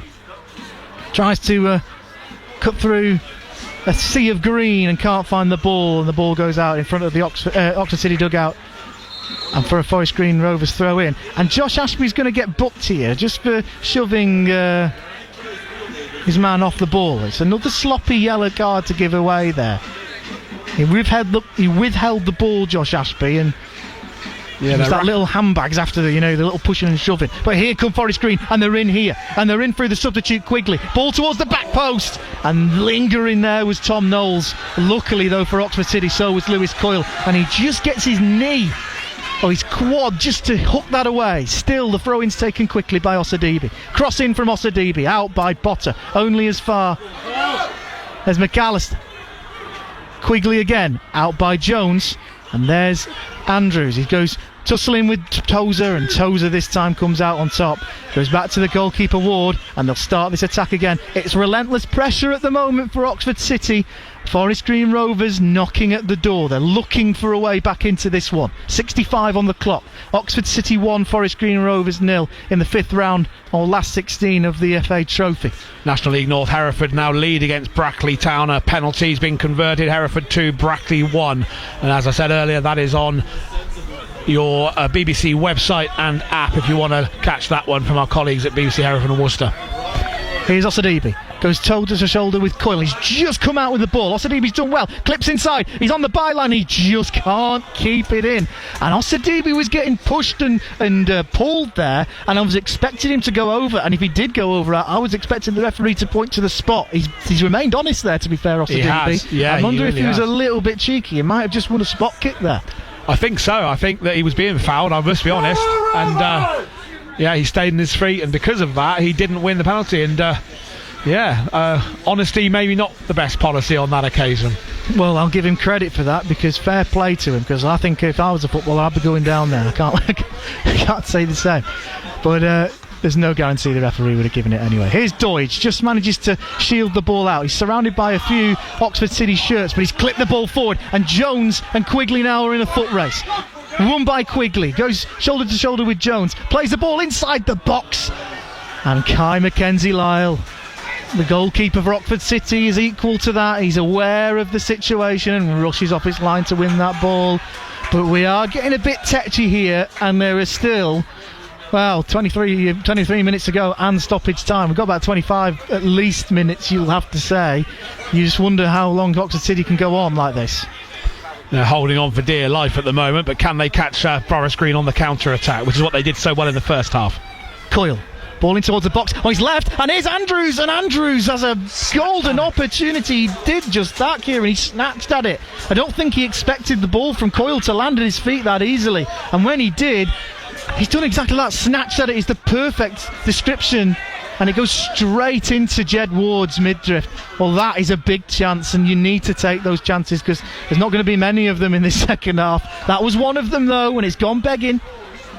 Yeah, almost got it caught under his feet as well, didn't he? And as you said, I think that was a really good description. He didn't think it was coming to him, Andy, and really good opportunity there. Here's McCann. I think Harry Cardwell is being readied here for Forest Green Rovers. Andrews just about keeps Aaron Drew in, and Aaron Drew's kept that ball in down the right as they continue to counter-attack.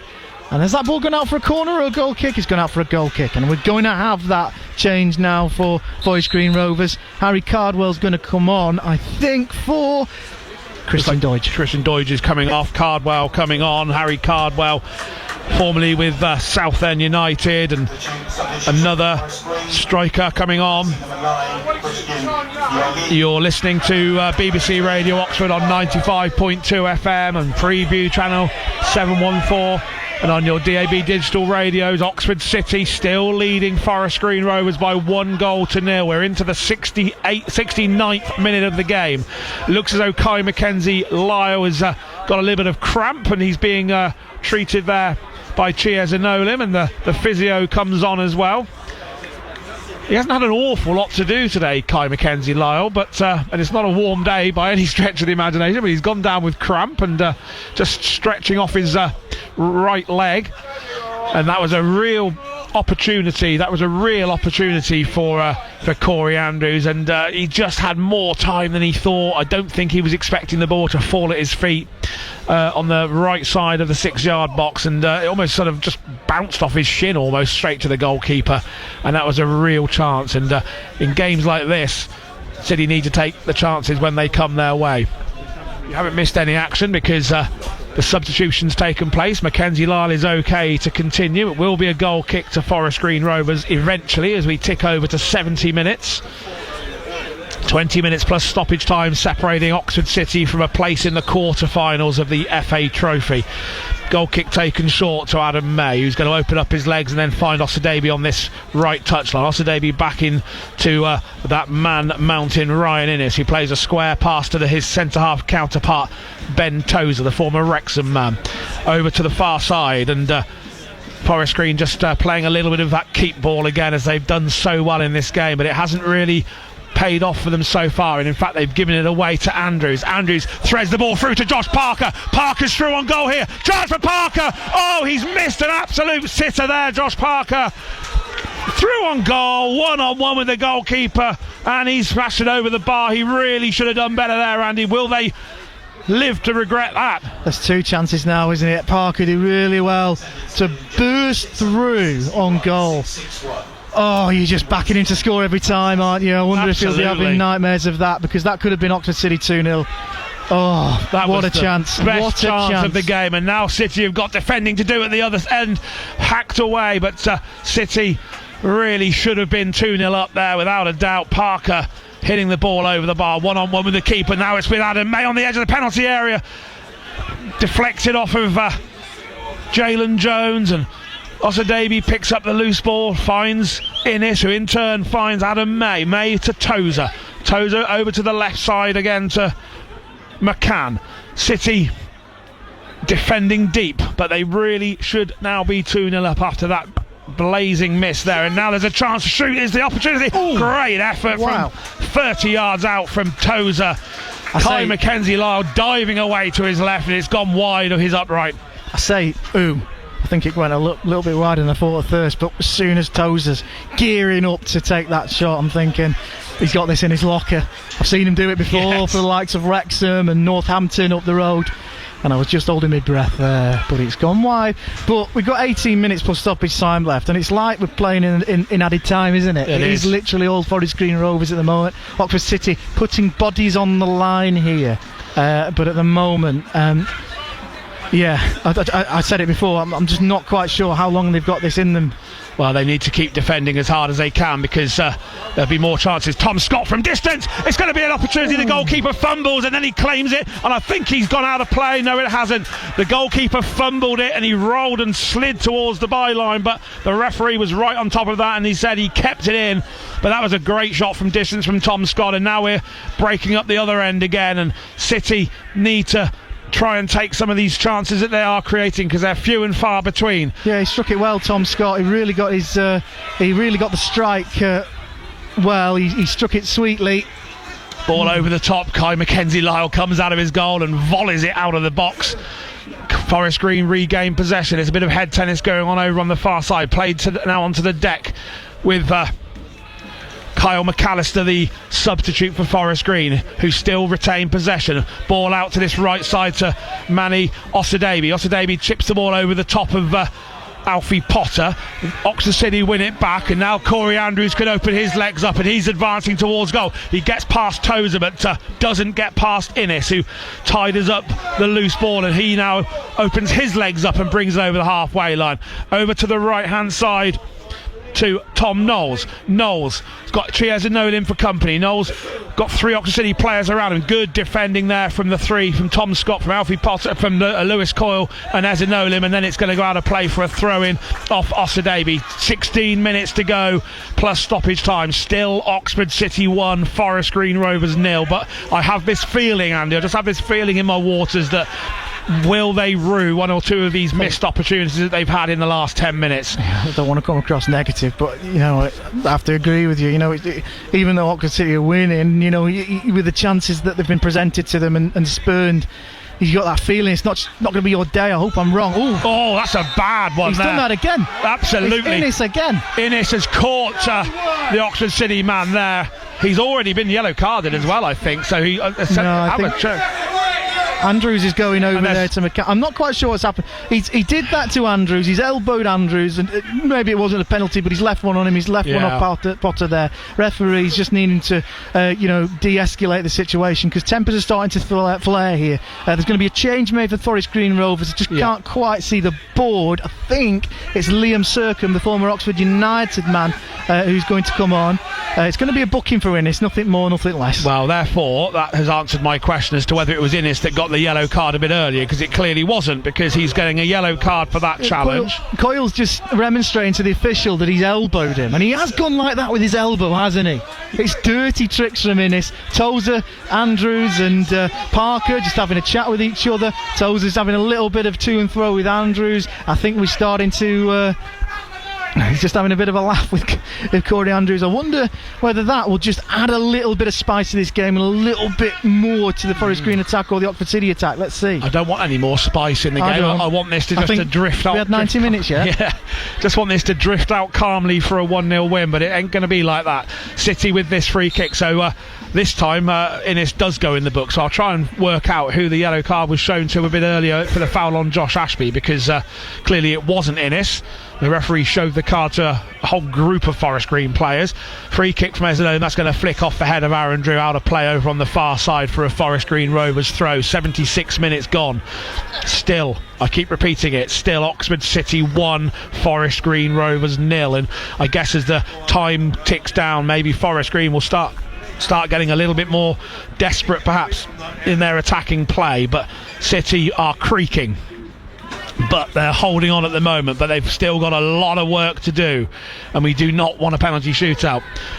Long hooked high ball into this February now sky, in fact, and Alfie Potter picks up the loose ball and lays the ball out towards Andrews to chase onto, but Innes gets to the ball first and rolls it back to his goalkeeper, who plays the ball out first time. And Forest Green again looking to build from the back with a ball out to the right side to Osadebe. Osadebe's got Alfie Potter just breathing down his neck, but he flicks the ball through to Robson, to McAllister rather, and then back to Tozer in the centre of the park. Tozer to Liam Sercombe. He's the substitute that's been brought on by Steve Cotterill, the ex-Oxford United man, for these last 15 minutes or so at Court Place Farm. Can Liam Sercombe unlock Oxford City's defence and get the equaliser? And now it's with the other substitute, Kyle McAllister. McAllister trying to get the ball into the box. A little deflection from Josh Parker means it doesn't get quite as far as they wanted it to, and it's back with the centre half for Forest Green. Innes to Tozer in the centre circle, out to the left hand side. City just closing their men down as quickly as they can to get all the numbers behind the ball, all 11 players behind the ball for City at the moment. Lovely ball across to the right again to the substitute Kyle McAllister. McAllister takes a touch, tips the ball in. Shoot is the cry from the crowd, into the penalty area and headed just wide. And that was a really close call again for Oxford City. But it's gone wide, and it's 12 minutes to go, and City still lead by a goal to nil. Andy. Well, Steve Cotterill has changed his formation. He started off with 3 attackers with 1 striker. He's gone to 2 up front, and that chance has fallen to Quigley. And it's a chance that, you know, a man of his ability, you're probably at least expecting him to hit the target there. It was a good opportunity, and he's headed just wide. Whatever happens within these last 12 minutes, I think it's got to be said. Oxford City, the Tuesday night performance against Curzon Ashton, and this has been an absolute far cry. Chalk and cheese. It has been. And they have battled valiantly. I don't think that's a foul, as Innes and Corey Andrews go head to head. But they've battled really valiantly. It's a really strong display they've had.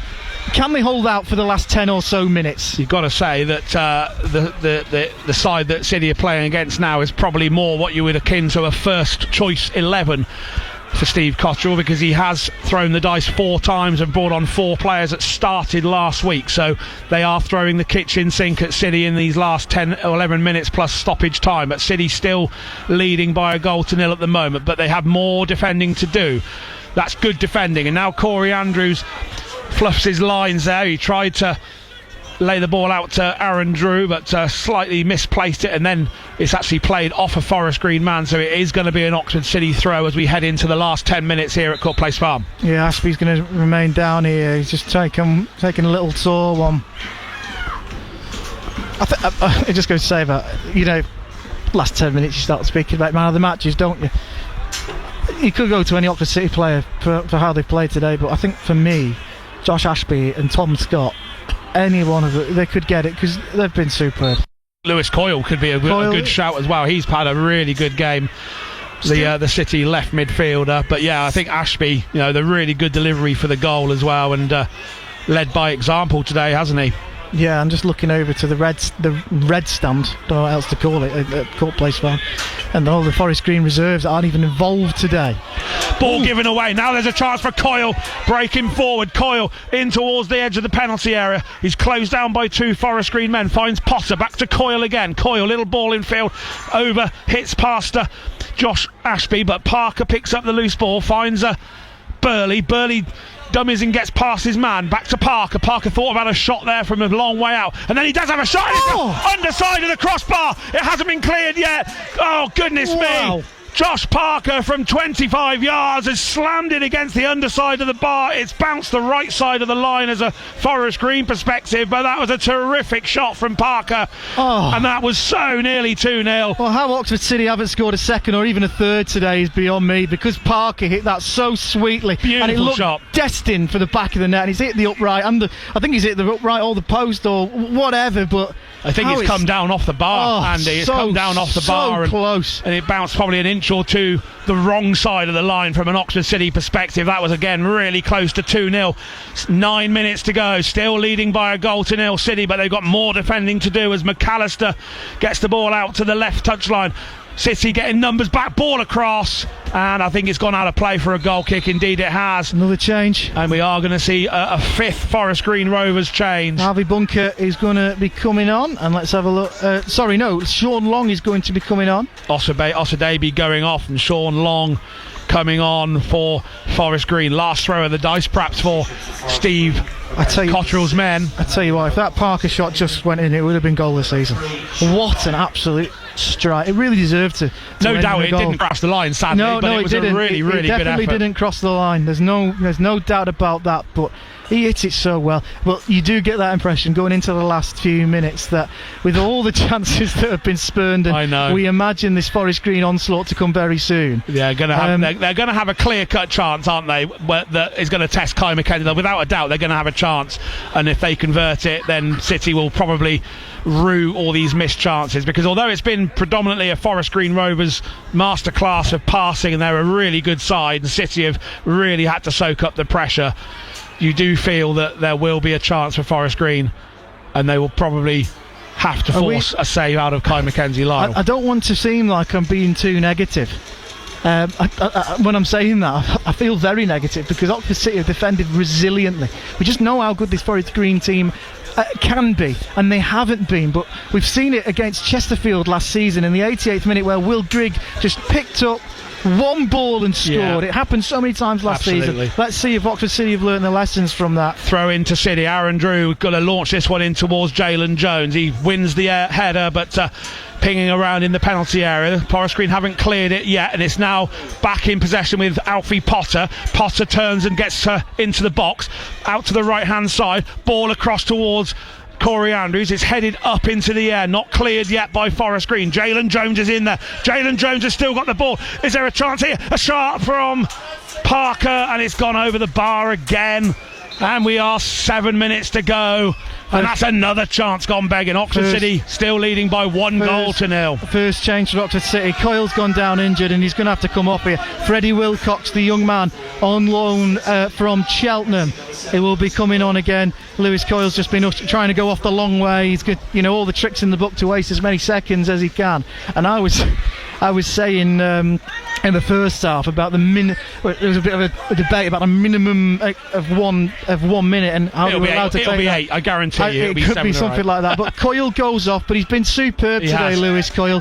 He gets a round of applause from the Oxford City supporters in this main stand. There's quite a few Forest Green ones not applauding, of course, but who've been backed really well. But Lewis Coyle has had a superb game today and he goes off on 85. I ask you this every week, Andy, how are your nerves at the moment with 6 minutes to go plus stoppage time?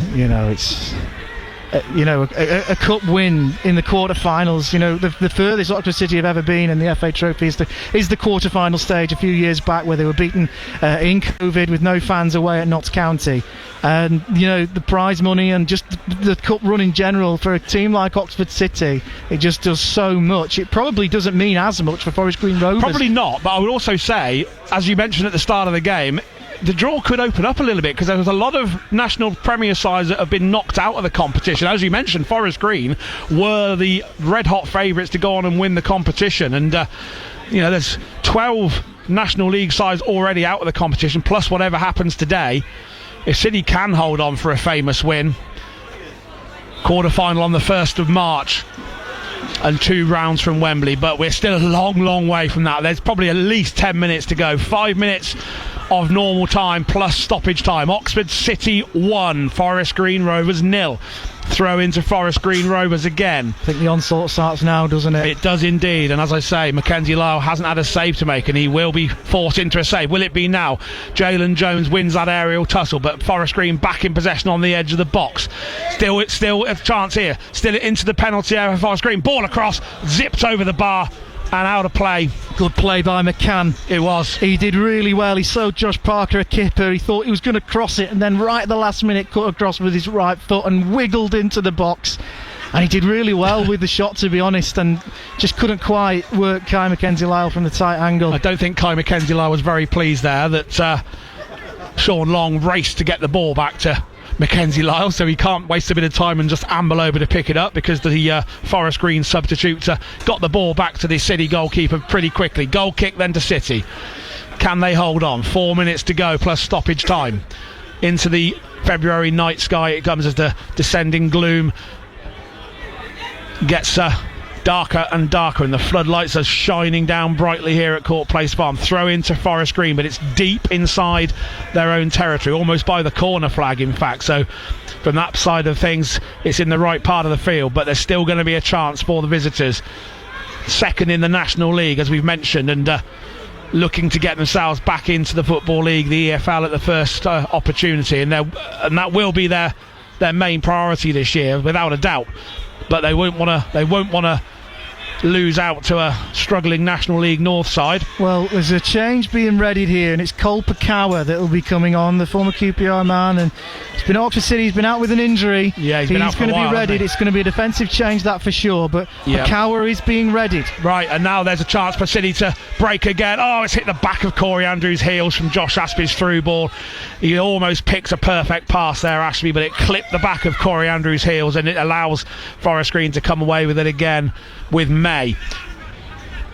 Over the halfway line, square pass into the centre circle to the substitute Liam Sercombe, the ex-Oxford United man, out to the left-hand side again. City have got a couple of players just closing down every Forest Green Rovers pass, but they are still in possession, the Gloucestershire side, and that's a lovely ball into the box. That's going to be offside. The ball's in the back of the net, but the flag's gone up, and City breathe again. 2 minutes to go plus stoppage time. Here comes the substitution. It's going to be Chiesa Nolim, I think, making way. Yeah. He's hobbling off as well, and it's good to see Cole Kapower back. You and I were over at Ebbsfleet for his debut when he scored, and in that fantastic 4-0 win at Ebbsfleet last year, and we thought that he was going to be a really good signing, but he's been a bit stop-start for City, hasn't he, Andy, since his return with the injury that he's had. But really good to see him back on the park this afternoon. Yeah, struggled to get back to full fitness, but this will be some precious few minutes for Cole Pakawa, who makes his way onto the field. It's a straight swap for Ezanolim in the end. Not quite a straight swap, because Cole Pakawa will give Jalen Jones a run for his money in the height stake. So two very tall centre halves now for City. Pakawa also 6'7" tall, and that's probably quite good to defend the balls into the box. But City in possession at the moment as we head into the last minute of the 90. Parker chests the ball down and then tries to win the ball. Then he gets the ball, wins the throw in, and they won't be in any hurry to take this. We're into the last minute. Andy, I'll ask you to keep an eye on the fourth official to see how many minutes we're going to be added on. We've got to be looking at 5. There haven't been many stoppages, I think but we've got to be looking at 5. The amount of substitutions, we've had several. Into the corner from the throw. Parker heads the ball into the air towards Andrews. Andrews into the box. Oh, good work from Andrews, but he's just overhit the ball and out of play for a goal kick. And Forest Green will look to get this game underway as quickly as they can. Forest Green will definitely take penalties now. City certainly won't, as we head into the last 30 seconds. Well, there's a big... Oxford City 1, Forest Green 0. Andy. Oh, and Drew's been sold a kipper. Here come Forest Green. Here they come again, Forest Green, and good pass, but it's look at Parker forcing them back there. They are running through the pain barrier now, Oxford City. They really run are. Their hearts out today. Ball over the top to the substitute Sean Long towards the byline, gets the ball back to Robson into May right-footed ball towards the back post, headed up into the air by Jalen Jones, still not clear. City will just want to hook this away. 6 minutes. 6 more minutes of agony here at Court Place Farm. Can they survive? They are defending to a man at the moment, City, and City are 6 minutes away from a famous cut win. That's come off the head of the Forest Green Rovers man. The tunnel announcer just shrugs his shoulders at me, wondering where 6 minutes has come from. I think that's fair enough, Andy. We've had 8 substitutions, and that's probably about right, I'm afraid. I thought maybe 5 or 6, but I reckon it's the lower end of 6, to be honest with you. Yeah. But we played one of them already, so there's 5 to go. I have to be, we always give a good account, good account of ourselves. We're never biased in what we say, but this time last week, City were trailing 1-0 and equalised, and there are 5 minutes of the stoppage time to go. Mackenzie Lyle not in any hurry to take this. Forest Green this season have been the late show. They've loved the late show. They score a lot of goals towards the end of games. You look at the game they played the other day, where Christian Doige popped up at the last minute. Jacob Roddy is getting himself stripped and ready to come on from an Oxford City perspective. But City need to defend again, because Forest Green are again in possession, but they're in their own half at the moment with Tozer.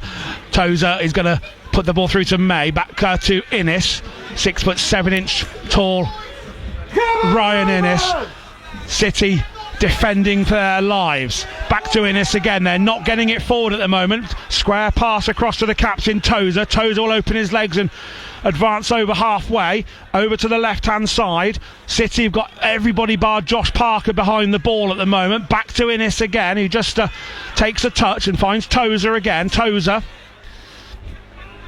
City getting everybody back behind the ball. Ball into the box, headed away by Kolpakawa, and it's a chance, and it's gone wide from an Oxford City defender. It's hit the post, and it's gone wide. It's a corner to Forest Green Rovers. Kai Mackenzie-Lyle knew nothing about that. It's deflected away, and it's a corner to Forest Green Rovers. There'll be this substitution now. Andrews is going to come off.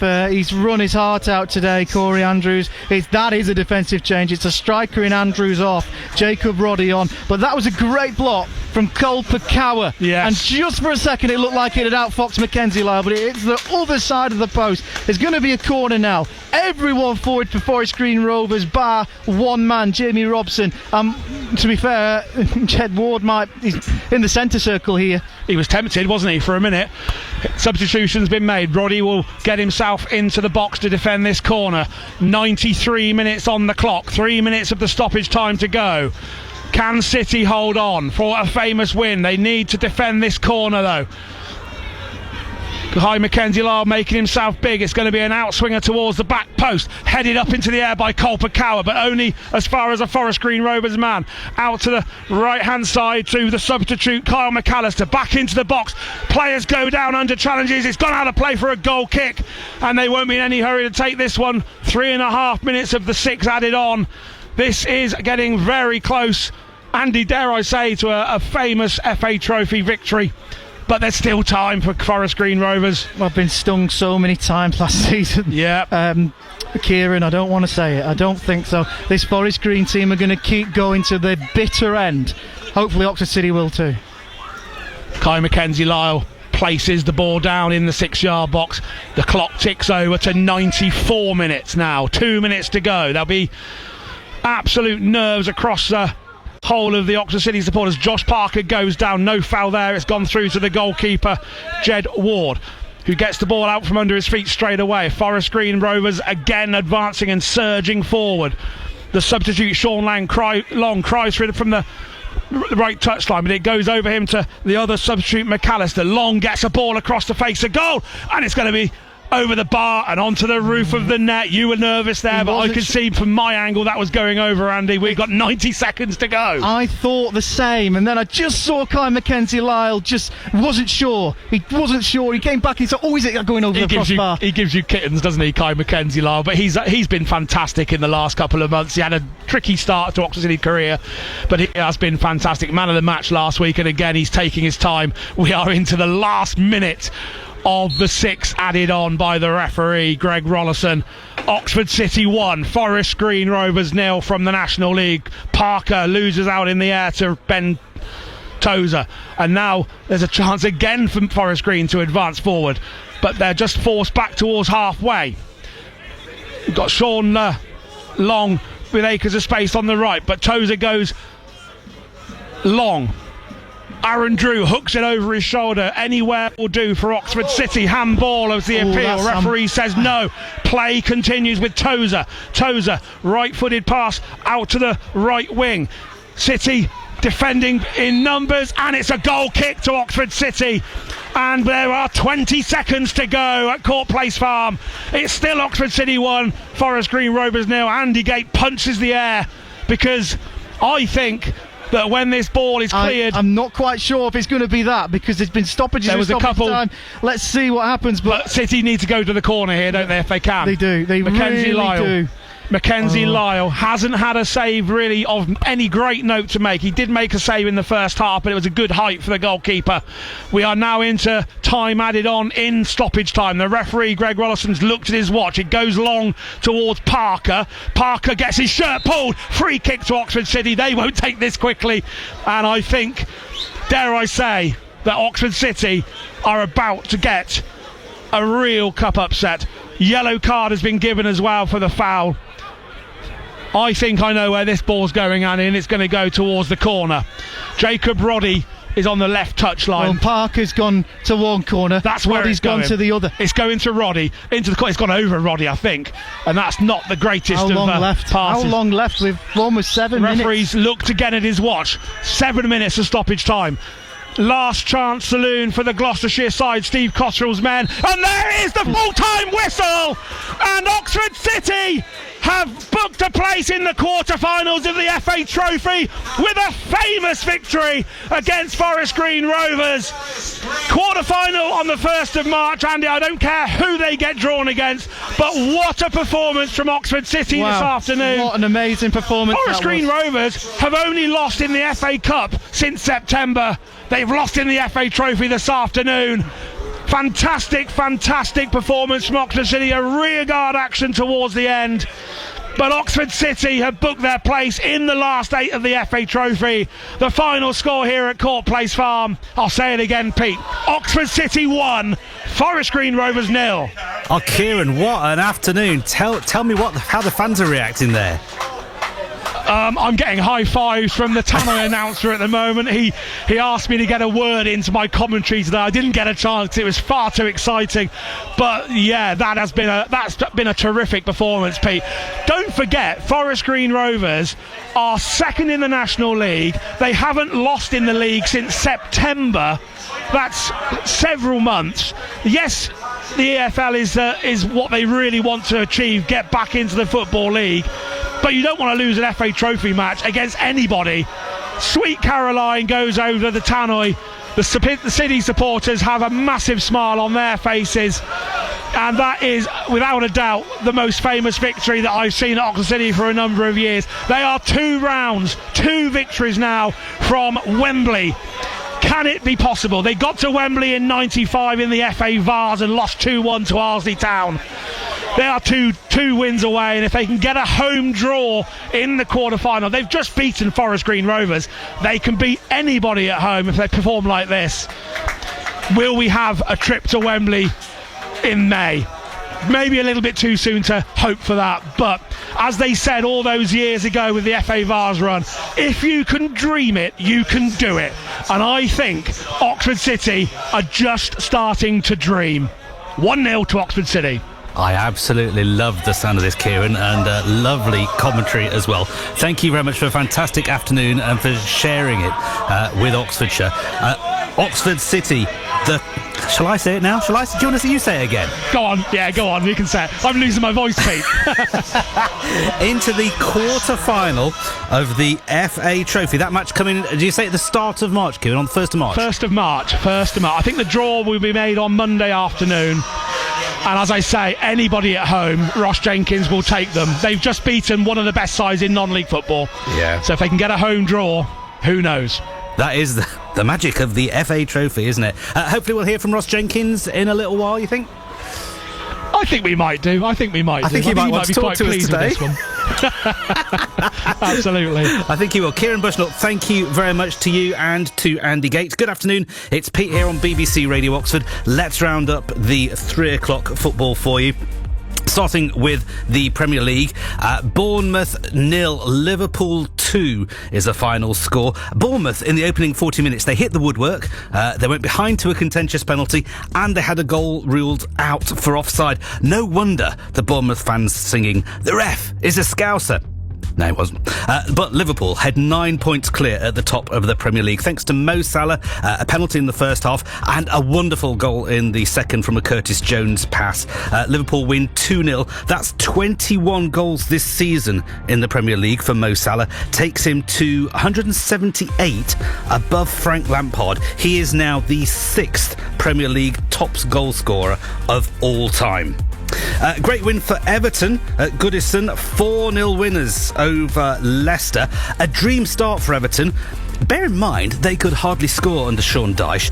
Don't blink when this game starts on Match of the Day tonight. Everton kick the ball back to Pickford in the goal, who launches it up the field. Decore takes it on the chest, gets into the box, and he smashes it home in 8 seconds. That's less time than it's taken me to tell you about that goal. It is the quickest goal of the season in the Premier League. Look out for that. They were 2-0 up within a few minutes through Beto, who made it 3 just before half-time, and Ndiaye made it 4 just before the final whistle. Is that the David Moyes effect? Leicester back in the relegation zone, though, as things stand. Ipswich 1, Southampton 2. The visitors took the lead from Joe Aribo. Liam Delap equalised with his 9th of the season. Southampton snatched a dramatic late second to take the points at Portman Road. Very important points for them. And the only other 3 o'clock kick-off, Newcastle-Fulham. Well, this is a surprising one. Newcastle 1, Fulham 2. Jacob Murphy put Newcastle ahead, but a real game of two halves at St James's. Fulham powering back into the game in the second. Raul Jimenez tucked a shot home via a deflection, and then Rodrigo Muniz flicked a free kick past Martin Dubravka in the Newcastle goal to put the visitors 2-0 up.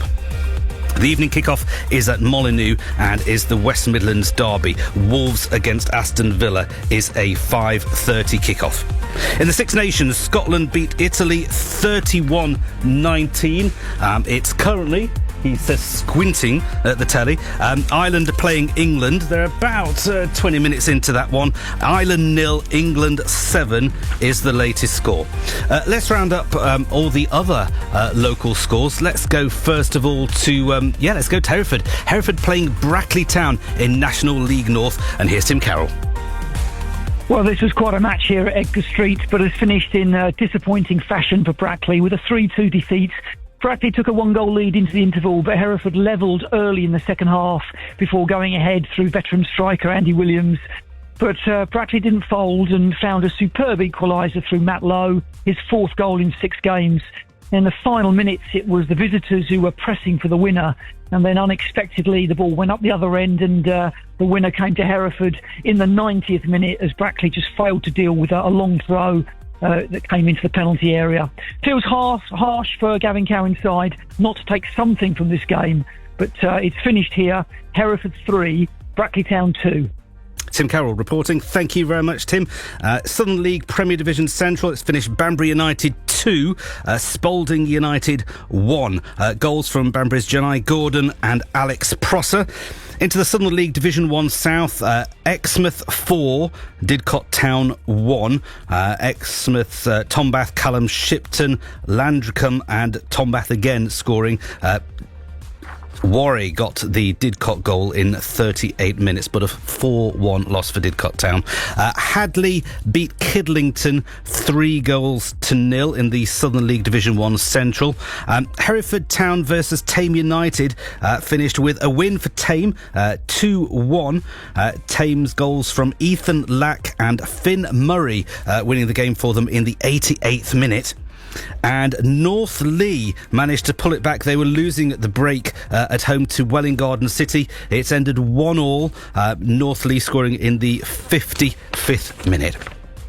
So it's 5:05. We're going to recap on Oxford United's game and hear some of the other sporting stories across the county between now and 6 o'clock. BBC Radio Oxford. With Sophie Law. Set your radio to wake up with us every weekday morning from 6. Susie from Brill has given us a call. I love listening in the morning. It makes my day. I have to make sure I set my alarm for 6 o'clock so I don't miss it. I love all the banter and everything. It's really great. I like the fact that everybody's always so happy in the morning. Thank you, Susie from Brill. We're coming up 2 years on the show in a couple of months, by the way, which has absolutely flown by. Thank you, Susie. Sophie Law. Join us for breakfast every weekday morning from 6 and listen anytime. Just ask your smart speaker to play BBC Radio Oxford.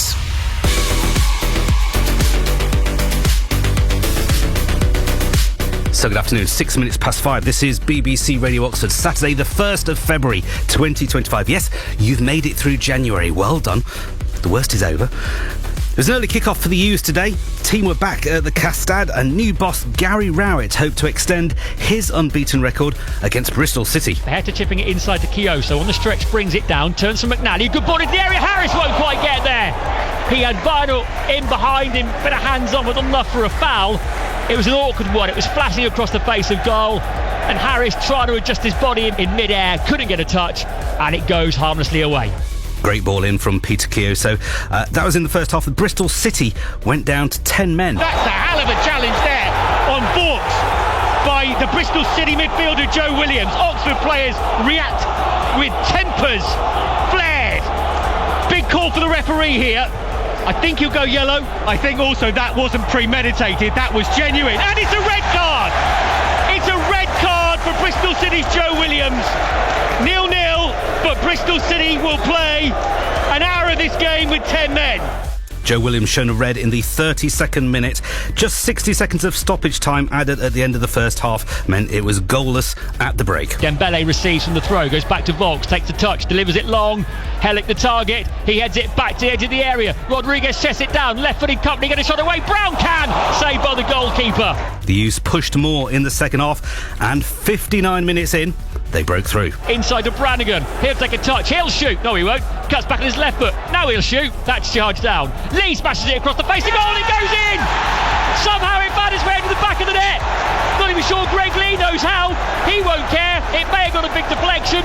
No one else cares apart from those from Bristol City, because Oxford United have the lead. It's 1-0. Greg Lee putting the U's ahead. He doesn't know how either. But a 10-man Bristol City came back with a well-rehearsed free kick routine. Oxford players on the line, 7-8 yards from their goal. Jamie Cumming bouncing on his tiptoes on his goal line. Delivery.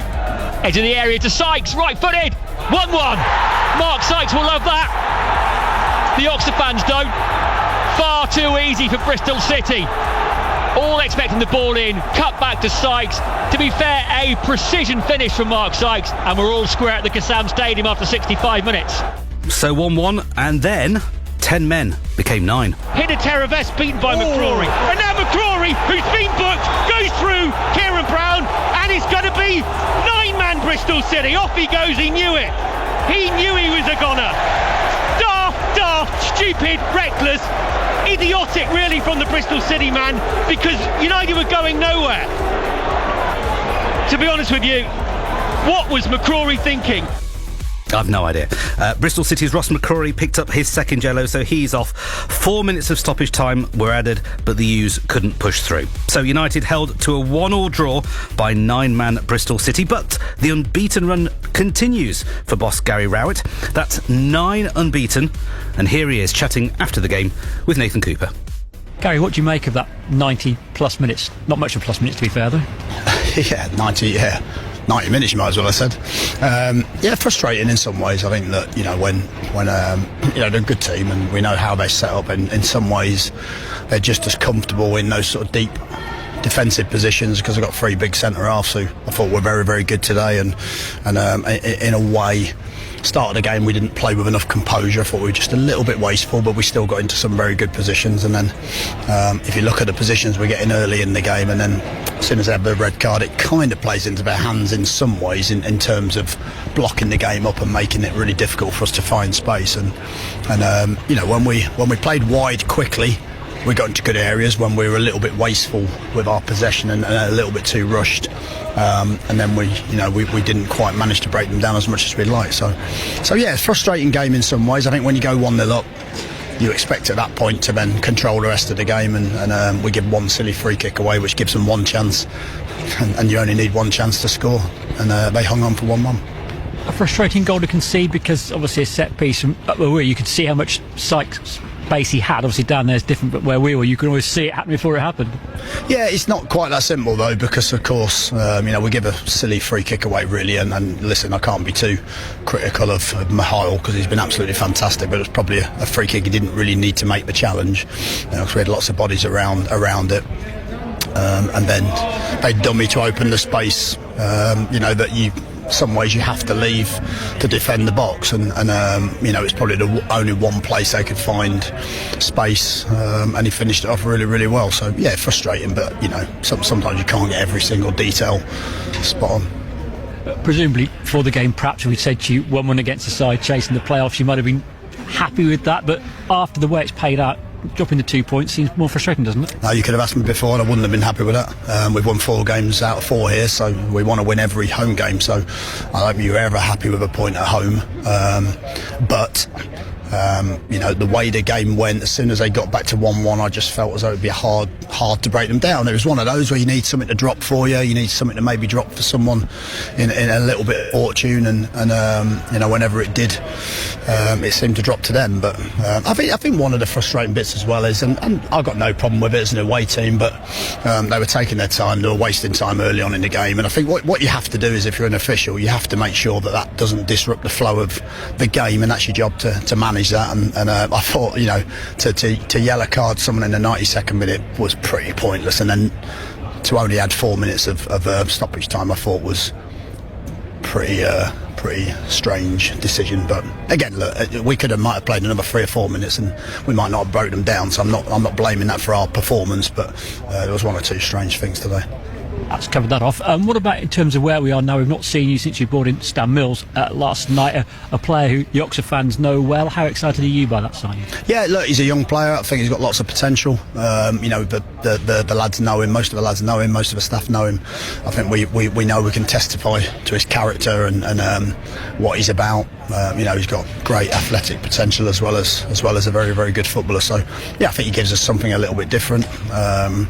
And it's the sort of signing that you want to make alongside the stability of the likes of Bradshaw and Hellick. That's we're trying to get that balance right. So yeah, I think it's a good signing. I think we've had a decent window, and I think more or less in terms of ins, that'll certainly be the end of it, I would imagine.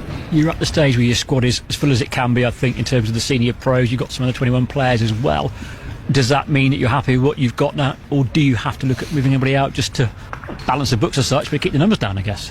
Well, I think it's one of those at the moment where players that have not been involved in the squad know that game time is going to be limited for them potentially. So I think you have a choice as a player. If you've signed a contract, but you have a choice. If you've got the opportunity to go and play somewhere else and it works for you, great. And then you make that decision. If not, then you stay and fight for your place. But if we've got 26, 27 players, it doesn't take a genius to work out that I can't fit them all in if we're doing an 11v11 practice match. So yeah, I'd imagine there'd be some opportunities for some players to go out, and it'd be down to them really whether they want to. But certainly I think there's an opportunity for people to go and play football, which I would hope that they would want to do given the right opportunity. Into February, if when you walked to the club we'd say to you at this stage Greg Lee will be your joint top scorer, what would you have thought of that? Well, I mean, he's a player that certainly has got on the score sheet and has got that capability. I think we've seen early on in the with the system that, on purpose we want that left back to almost go and play as a winger at times. So he certainly has got a lot more freedom than, say, a conventional full-back scoring those goals. But nevertheless, he's got into those areas, and I'm not sure today whether it was a low shot that was aimed for the box at pace and it's kind of faded into the far corner and the keeper's worried about a touch and maybe doesn't react or dive, but he's given us some good quality down that side, and I think that showed today where if we could have got the ball wide a little bit more, could have been a little bit more ambitious down the sides of the pitch, and then that open space inside, but we didn't quite do it enough today. Tuesday night, Burnley away now. Do you anticipate having to use the squad a bit more than perhaps you've done again today and you kept a pretty much settled side? Yeah, I think so. I think we're getting to that point where definitely we need to freshen up 1 or 2 areas, and we've got some like-for-like positions where I think we can make those changes. For example, Sparky and Bradders, I think we can. You don't want to just taking one in and one out all the time, but I think there are opportunities sometimes to be able to move that around. But yeah, we'll make those decisions. We've got a clear week after that. Really, it's almost like a Saturday to Saturday, isn't it? One between Burnley and Derby. So, but certainly a tough game, and we'll need to make sure we've got plenty of energy going up there. We'll see you there. Thank you. Fabulous. Thank you very much. Hughes boss Gary Rowett chatting to Nathan after the 1-1 draw today against Bristol City. Oxford United sits 16th in the Championship with 37 points from their 30 games. Yeah, you'd have probably taken that at the start of the season, wouldn't you? 16th. Gave you the other results in the Championship. In the other early kickoffs, Plymouth Argyle 2, West Brom 1, and Watford 0, Norwich City 1. In the 3 o'clocks, Derby County 0, second place Sheffield Wednesday 1, Hull City 1, Stoke City 2. Leeds United, Championship leaders, pushed 7 past Cardiff City this afternoon. 7-0 win for Leeds United at Ellen Road against Cardiff. Millwall 2-1 winners against QPR. Portsmouth Burnley ended goalless. Sheffield Wednesday Luton was a 1-1 draw, and Swansea 0 Coventry 2. Those are the other scores in the Championships. I say Leeds on top and Sheffield United second, 63 and 61 points. Then Burnley, Sunderland, Blackburn and West Bromwich Albion all in the playoff positions. United in 16th. And after the game today, defender Michal Hellick not as positive about the result. A rough, tough afternoon. How's the dressing room feeling with a point today? Yeah, We're disappointed after that game. Obviously, we could win, and everyone in the dressing room is disappointed. I think we should do better in advantage we had, and but we need to keep going. We need to take the point in the end, and we need to keep looking forward. Sometimes playing against 10 men is harder than it seems, isn't it? Yeah, I think especially if the team gets a red card away, sometimes it's like making them more solid. They just drop and defend for their lives, so it makes the game harder for us. But as I said, I think we should do better, and we should not concede that goal. But obviously, a sloppy free kick I gave away, and in the end they score a little early. So sometimes we need to give it to them, give the credit to them, because they score a beautiful goal. I'm going to ask about the free kick. I mean, he's a big man that you collide with. It seems a cheap one, shall we say? Yeah. Personally, I don't think it was a foul. I think we were like arm to arm, shoulder to shoulder, and I think it wasn't a foul. He just went down and tried to use the situation, and the ref gave foul, and obviously after that they scored. So I'm even more disappointed at the rest of the team. How are you finding life at Oxford United? Because I mean, obviously unbeaten in the league since you've arrived. From that point of view, it's all going well, isn't it? Yes. Obviously, we're unbeaten for the games since I came, and the team had a good run before. But we need to look for winning the games more. It's for me, it's like 2 wins and 2 draws, if I'm not wrong. But yeah, we need to keep looking forward and keep training every day hard, keep the basics do the basics properly every day, and keep that run going, and looking for some more wins. You have experience of this league. What does this side need a bit more of to keep those results coming, do you think? I think we have everything we need in the building. We're working hard every day to put it the performance during the Saturday's games, and we're doing the good job at the training ground, and I hope that wins gonna come more and more. How frustrating, end of the game, the officials allow 4 minutes and there's a lot of time wasting, there's red cards, there's subs. Is that a frustration for you? Yeah, it was a frustration, but I don't like to speak about the referee's decision, obviously, and yeah, he gave 4 minutes. We counted for more. Yeah, we to be fair, I think it's more. It should be added, but in the end of the day, we should close the game early doors, not waiting for that additional time. Burnley on Tuesday night, they've been a Premier League club very, very recently. How tough a fixture is that one for you? Yeah, it's a tough fixture, but I think we've got nothing to lose. We go there and we will fight for 3 points like in every other game, and we will do our best to prepare. It's a short time to recover well, prepare for that game, and we are going there for some points. And a word on the fans here. They've taken to you quite quickly. Of course, the goal here helped as well, but you appreciate them? Yeah, they feel me so welcome since my first day in the club, since my first game, and I want to say thank you for them as how they welcome me here, and yeah, I feel good at home, and especially as well away. When we played Stoke last time, I was really impressed about how big was the group who followed us, and they gave us a power when we need it. They are behind us, so we feel it really well. Did you expect that coming here, those sort of away following numbers that Oxford United get? I didn't know what to expect, to be honest, so I was surprised anyway, but I really appreciate that, because I think away from home is needed. When you feel that support, it gives you an extra kick sometimes. Thank you. Thank you very much. That's defender Michail Helik chatting to Nathan after Oxford United's 1-1 draw against Bristol City at the Castad today. So United 16th in the Championship. Next playing on Tuesday night. It's a 7:45 kickoff up against third place Burnley. Burnley who drew 0-0 at Portsmouth today.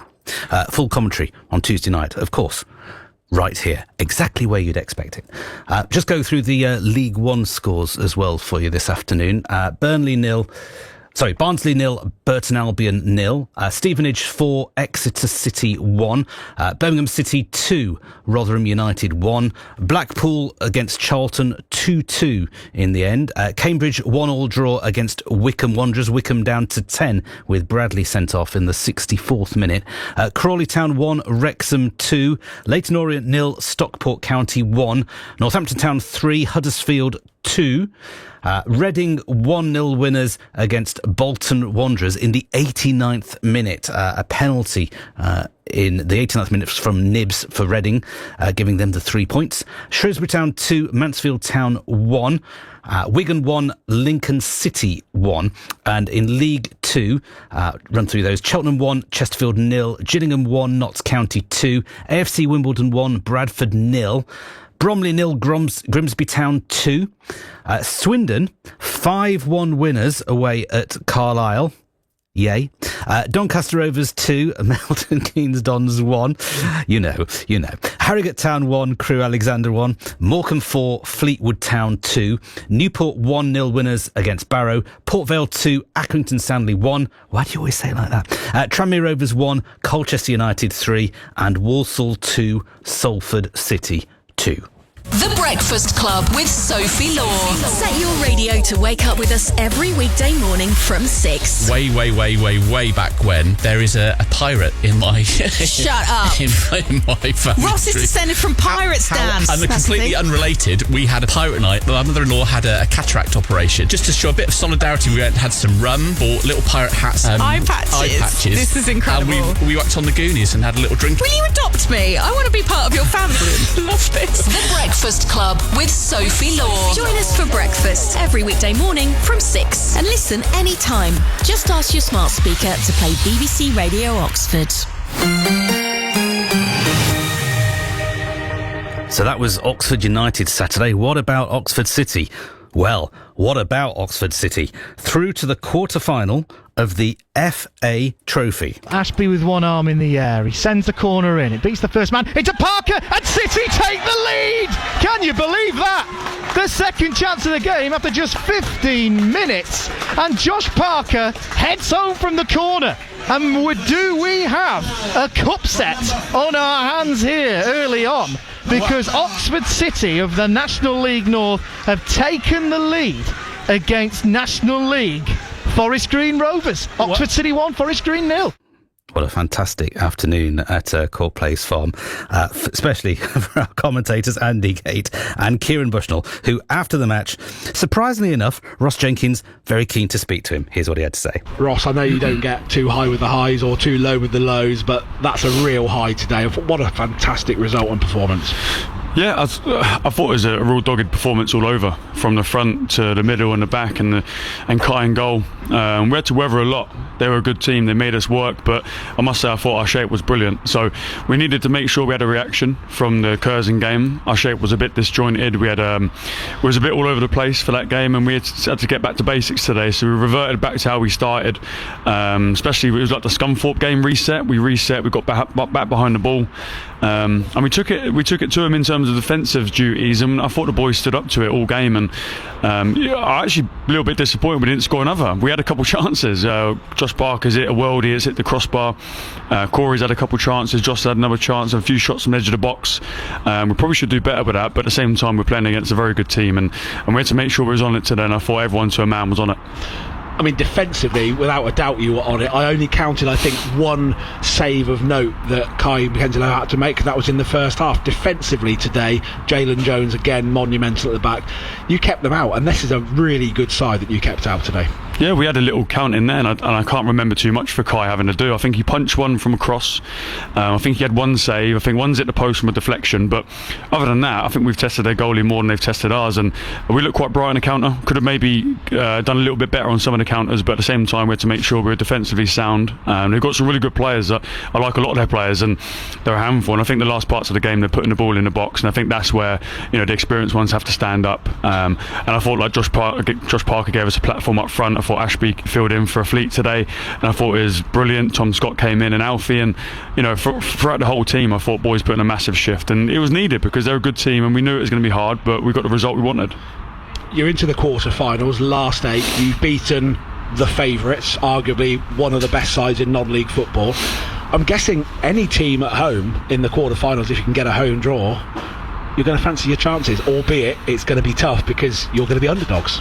Yeah, we've actually been better away from home this season, so I'm not too really fussed if it's home or away, but this home performance felt like some of the performances we put in away, really dogged, and we worked our shape really well. Distances were good, work ethic was brilliant, through the roof. The distances on the GPS would be through the roof as well, so we have to make sure we manage the players on that sort of front. We've got another game Tuesday to prepare for, so they are thick and fast, but I think to get a result against Forest Green is a massive achievement, especially going off the back of a 5-0 loss against Curzon. So we knew that wasn't us. There were 5 moments in the game that we could have been better. The general game was nothing much in it, but we conceded 5. We had to make sure that didn't happen today, and I thought everyone worked hard to make sure it didn't. Speaking of the Marine game on Tuesday, a result like this, that's got to boost your confidence. Not that it was particularly low anyway, because you've played some good football over the last few weeks, few months. But going into that game now off the back of this, it's really important that it's not going to be a case of after the Lord Mayor's show. That's going to be another really tough one in what is still the most important, which is league points. Yeah, we've put in a massive shift today. The boys have to recover properly. We have to look at the squad. We have to manage the minutes wisely. Just because you played today and you played really well doesn't mean you're going to have to play Tuesday. We have to rotate the team, but we want to be consistent. We want to put a consistent back line, midfield and forward line in there, but we have to manage them and not be stupid. We are still part-time. We have to make sure we have to look after them and go from there. But the boys need to be proud tonight. They put in a massive shift. That was needed. Job was done. Now we move on. And the atmosphere this afternoon as well, it felt like a cup tie, a proper cup tie, and I guess that you want more of the same, and when you get to a quarter-final, as Brackley Town showed 5-6 years ago, anything can happen, can't it? There's no reason why you can't go on 2 more wins and get to Wembley. Yeah, I thought the fans were brilliant. After the game, real support there, banging the boards, cheering, clapping. And I think after a disappointing result against Curzon, it would have been easy not to come today and watch. But the boy, they came out in their numbers and they made it nice and loud, and it gave the boys another 5-10%, and that's really important. These games, the crowd you feed off, whether it's 5%, 10%, or even just 1% all over the pitch, it does really matter. So the boys noticed that, they feel it. It feels much better than the Curzon game, I must say, but it couldn't feel any worse than that because we gave them the game and we needed to make sure we're better today, and we did. And what's it like as an Oxford City manager, Ross? Because you go through all the same emotions. You can't play, you're on the bench, you can't really impact what's going on in the middle of the park. I mean, do you pull your hair out? I mean, was it a stressful game today, or were you always fairly satisfied because, as you said, you created plenty of chances yourself? I think if we turned it into a basketball game, I think it would have been quite stressful. I thought we worked our shape, we got behind the ball really well. The front two were really disciplined. I know Corey's kicking himself, he should have scored a couple, but the work he put out of possession, that's just as good as a goal for me. And today he needed to do that. Josh was a monster up front, he was a tank, he was roughing the 2 centre-halves up. Strong boys, by the way, they're physical, and he put in a real shift. But the second balls, Ashby holding the middle of the park for Reece Fleet today, and the back line were brilliant. So we knew it was going to be a challenge. I think the most important thing now is the boys recover. We trust them to look after themselves tomorrow and Monday, and we turn up Tuesday night ready to try and put in a similar performance. But we know it's hard, the league is hard, but enjoy tonight because we had a bit of a slap face on Curzon game. Now we can smile and get on with it and move on to Tuesday now. And I guess it's important, as you say, to focus on what is important, which is the league. Put the FA Trophy to bed now for a month, and then go again on the 1st of March. And just see where this cup run takes you. 100%. It's parked now. The game's done. The boys feel good, but it's done. So we've got to move on. The league is really important. We need to pick up some wins in the league. Performances have been really good, apart from the last one. We need to build on today. We need to take the positives, and the boys need to watch it and realise why they played well. Yes, we only had, I think, 34% possession. I think that's all we had, but it doesn't matter. We won the game. So if that's what it takes, then the boys have got to run through walls, and I thought they did that today, and they backed each other up. Well, you put me and Andy through the ringer today, particularly Andy, who was putting every hair out of his head, but brilliant stuff, Ross. Fantastic result, great performance, and onwards and upwards to the quarterfinals. Nice one. Cheers. City boss Ross Jenkins chatting to Kieran just a little bit earlier. Kieran joins me live now from Court Place Farm. Safe to say, Kieran, this is a massive afternoon for Oxford City, isn't it? Oh, absolutely huge. I sort of described it as arguably one of the best results that I've ever seen from an Oxford City team. Yes, they've had some FA Cup upsets in the past, but this is a Forest Green Rovers side that didn't play a bunch of reserves and sort of weaker teams there. Yes, there's a couple of players that are on the bench that Steve Cottrell brought on, but it's a strong Forest Green Rovers side. They're virtually top of the league, one place off the top, looking to get back into the EFL, which is obviously their priority. But you don't want to be losing to a side a league below in any competition. Bear in mind that Forest Green, apart from in the FA Cup, hadn't lost a game in any competition since September the 25th. That's how good a side they are.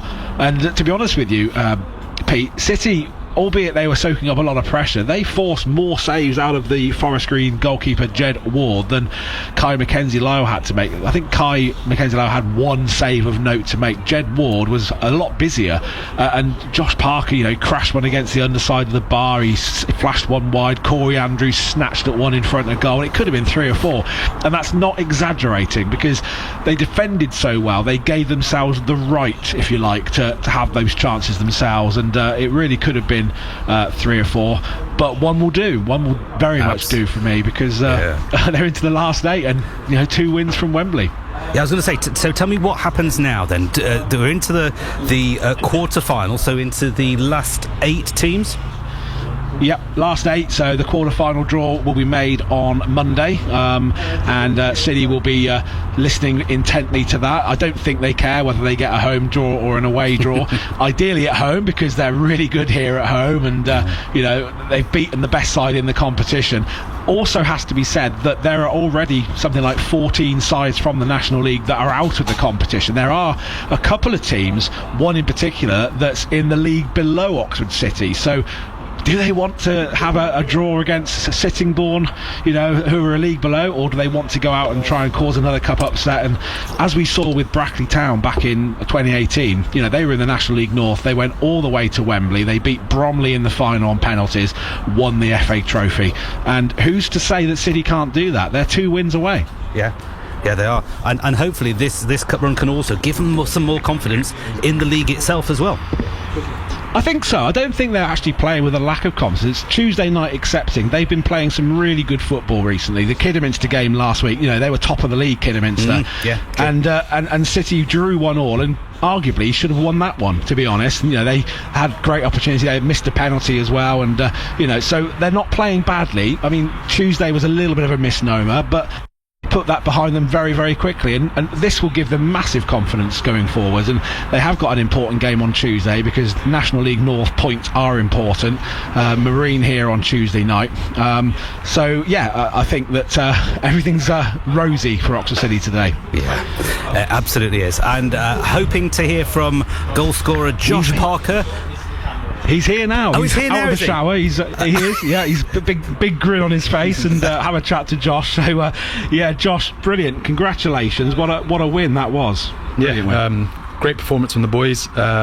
Very disciplined. I heard you briefly mentioning the game the other day, and I think we had an honest conversation between the players after the last game and said that we kind of lost our discipline from when Ross first came in. That discipline shape, that pressing from like a good base and pressing out was kind of disjointed, gaps were big. So I think what's happened is we've gone back to basics. But today, yes, you had to defend very, very well, but arguably, as I mentioned in my commentary and to Pete just now, their goalkeeper had more to do than Kai. You had one that crashed against the underside of the bar. I was begging it was in, but it was a few inches the wrong side. You also had another chance. Corey had chances. So on another day, it could have been 3 or 4.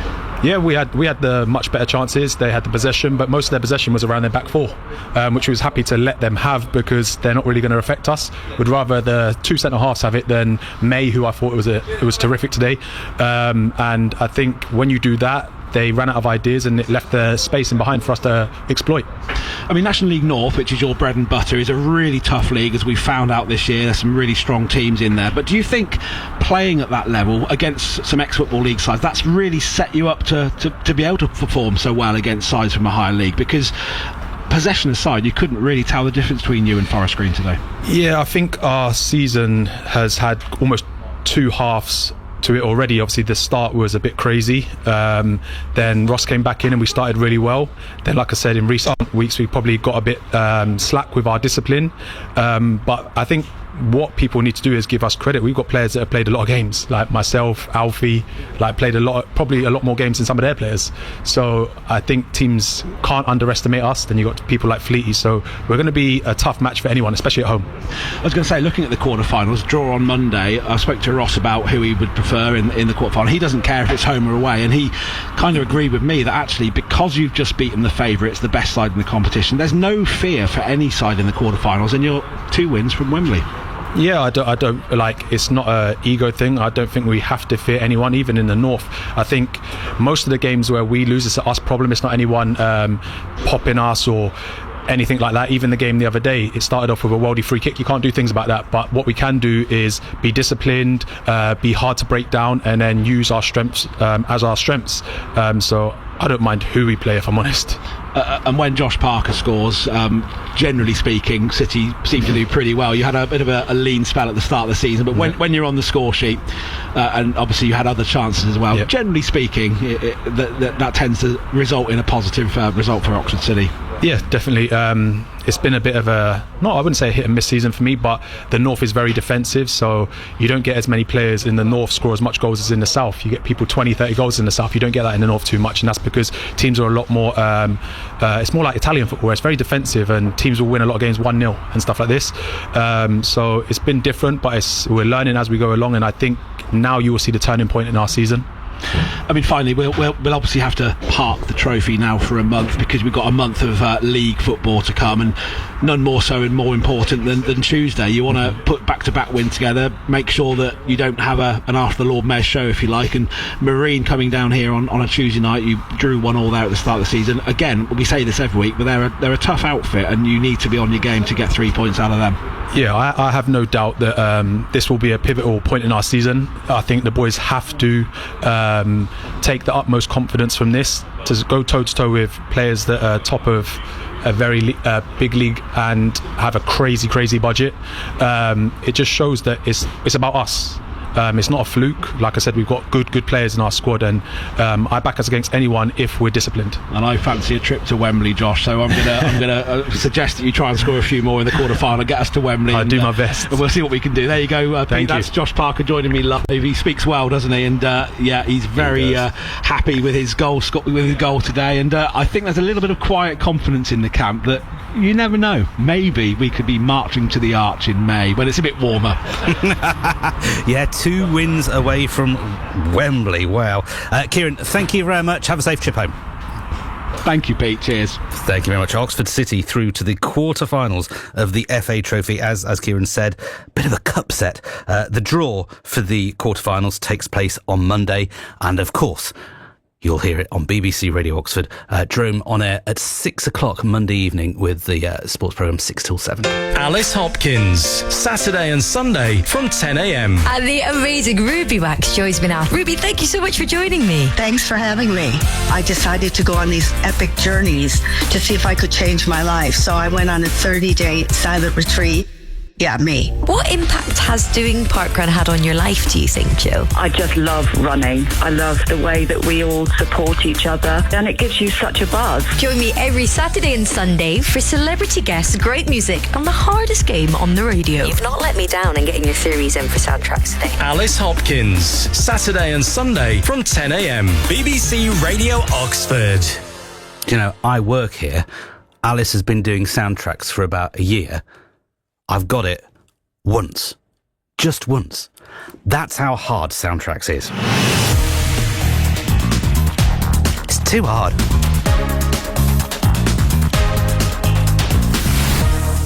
BBC Radio Oxford at 5:40 on a Saturday afternoon. Oxford United women play their second match of the year tomorrow. The U's visit Cheltenham Town in the 3rd tier. The U's are 6th in the table. They've lost their last 3 league matches, but defender Nick Gibson's told BBC Radio Oxford that they are eager to get back to action after a stop-start schedule.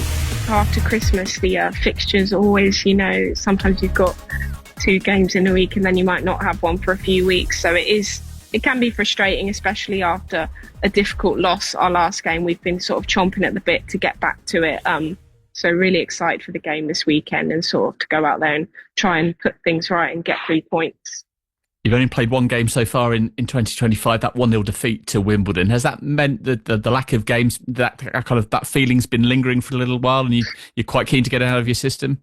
Yeah, it has been lingering. I won't talk too much about the sort of controversial decision that led to us losing that game, but it was a goal line decision that I don't think went over because I headed it off the line. But nevertheless, yeah, we've been feeling some kind of way, trying to put it right in training, but the best way to do it is do it out on our next match, which is obviously Cheltenham this weekend.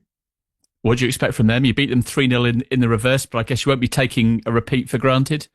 No, I mean, if you look at the results in this league, if you're not sort of turning up on the day and if you take anything for granted, you'll get beaten or you won't get maximum points. So we really have to take every game as it comes. But, you know, Cheltenham, they'll be thinking we can get 3 points here. So we really have to kind of put our best foot forward and have a really strong finish to the season. Looking back, you had that FA Cup defeat to Bristol Rovers. Has there been any hangover from that? Because obviously there was extra disappointment, I guess, because you had a WSL side in Aston Villa that would have been waiting for you. Yeah, I mean, we were gutted to lose that game. Fair play to Bristol Rovers. That's what the FA Cup's all about. But when you're on the other side of it, it did really hurt. And like you said, there was a tasty WSL tie on the other end. But look, that's gone now. We were gutted. We still are. We just have to take these frustrations and sort of put them right in the games that we do have left now. You've had a really difficult run of games. You've had Ipswich and hashtag in the last three league defeats in a row. Do you feel it's a good reset time to just kind of reinvigorate the season? Yeah, I mean, every loss is tough to take, especially when we set such kind of high goals at the start of the season.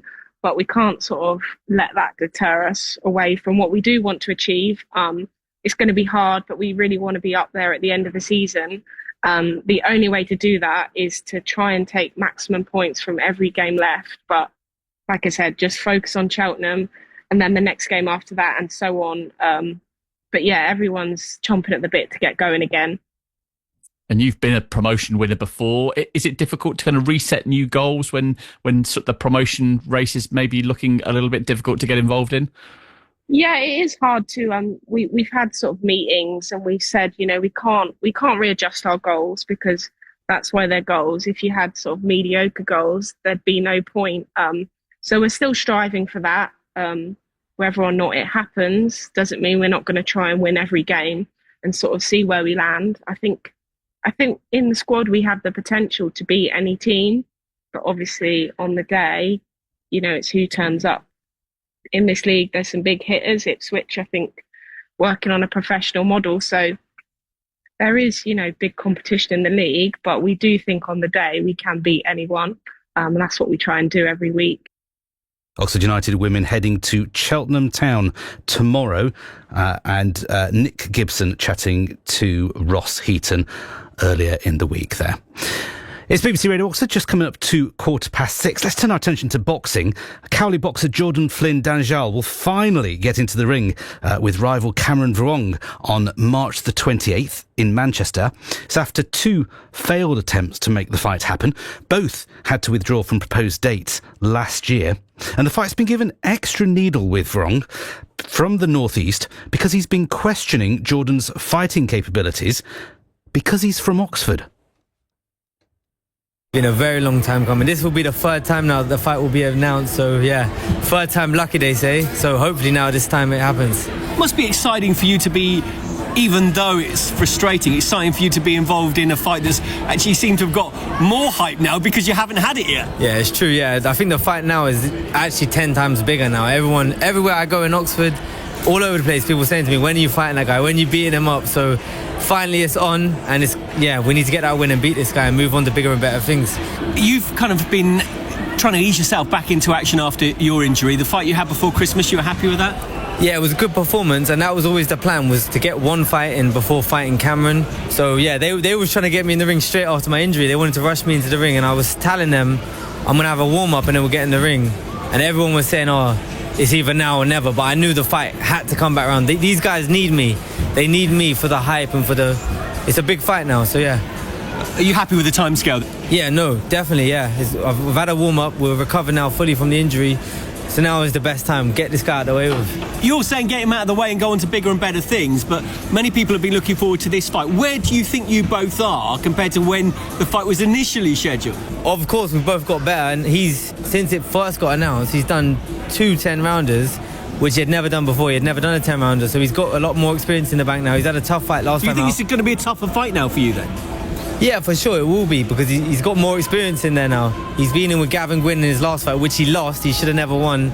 But he did win, by the way, but you thought maybe the scoring should have gone another way. The scoring was dodgy, so I'm going to make sure that judging this time is proper. I need to make a big thing out of that. They say time's a healer. Is that not the case with you two? Nah, it's not the case with this one. I think it's got worse and worse. I think we hate each other. I put a story of him up the other day, and he messaged me some very rude words personally. He didn't even put it up on the internet, so yeah, he doesn't like me either.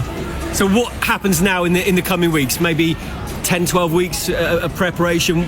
Yeah, 10 hard weeks of training now. I'm going to LA actually on Saturday, so I'm doing a 2-week camp out there. Then I'll come back to England and continue training out here. I'm training up near Portsmouth now, so I'll continue my camp out there. But you're still Oxford's own, right? Yeah. Of course, Oxford till I die, of course. Of course, Jordan Flynn Danjal chatting to Radio Oxford Sport earlier in the week. That fight is set to take place on March the 28th in Manchester. BBC Radio Oxford. With Sophie Law. Set your radio to wake up with us every weekday morning from 6. Susie from Brill has given us a call. I love listening in the morning. It makes my day. I have to make sure I set my alarm for 6 o'clock so I don't miss it. I love all the banter and everything. It's really great. I like the fact that everybody's always so happy in the morning. Thank you, Susie from Brill. We're coming up 2 years on the show in a couple of months, by the way, which has absolutely flown by. But thank you, Susie. Sophie Law. Join us for breakfast every weekday morning from 6. And listen anytime. Just ask your smart speaker to play BBC Radio Oxford. I love the fact that Susie sets her alarm to listen to Sophie every single morning.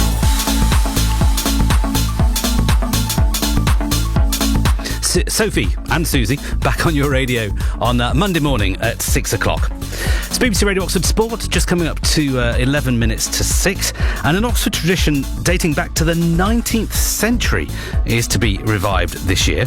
The Town vs Gown football match was first played in 1895 between Oxford City and Oxford University. But in recent years, what became an annual event fizzled out.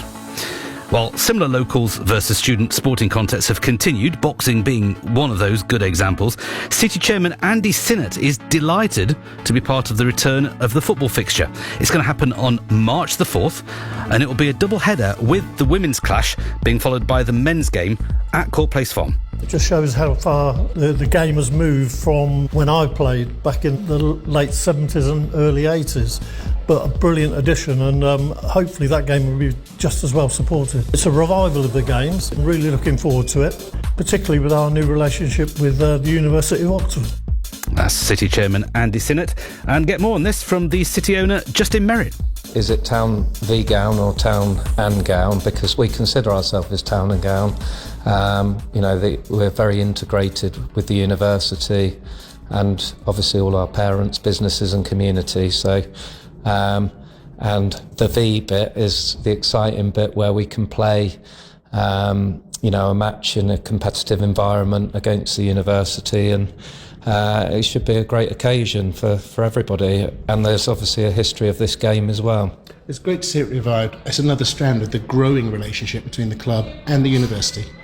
Absolutely, and we want to support the students, the research, the lecture, everything that's going on. But also, as well, equally, the university wants to connect with the community, and we're developing education programmes, etc. But we really want this game to be exactly that, a football game, something where people from, it could be families, parents of the student players, lecturers and professors and so forth, as well as the business community and our own fans. So really connecting everyone together. A competitive game as well. The men's game will be competitive. The women as well is important. Both city teams and university teams represented. Absolutely. In the women's game, we actually had a fixture in the Oxfordshire Senior Cup recently, which was very equal. And there's some fantastic players at the university in the women's game, particularly some overseas players as well that we would like within our club if possible. But yeah, that'll be a really well contested game played in the right way. And the men's one, it's a game. We've only got a small squad, so we know we're going to field a strong team, but it will give some opportunity for us to look at a few things and change some things as well. So it should be good. That's City boss Justin Merritt chatting about the return of the Town and Gown football game. One other local sports story to bring you about the future of Sandy Lane. Grassroots football is at risk, says a campaigning group who are fighting to save the playing fields as a green space. The group says development of these sites putting grassroots football at risk. Football coach Natalie Webb and Stuart Parsons, Oxford Blackbirds chairman, spoke to Sophie Law about how damaging the loss of the pitches would be. Our club, Great Lees Youth FC, has a lovely plot of land very near to the Blackbird Lees building site. We are currently have been told that in the local plans for 2040, we are likely to be losing that to 120 homes. So we're very, very cautious of how we progress forward. We are will not have a home ground for 300 children plus adults plus ladies who all use the space, struggling for pitches if the planning goes ahead.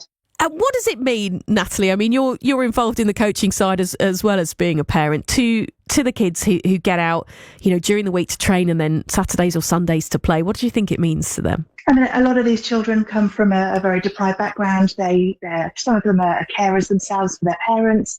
This is their expressing themselves. This is their sense of freedom. This is their being included in a team. This is them building their future, their stepping stones to getting a better education, to being involved, to showing that managerial side of things. It's everything to some of them.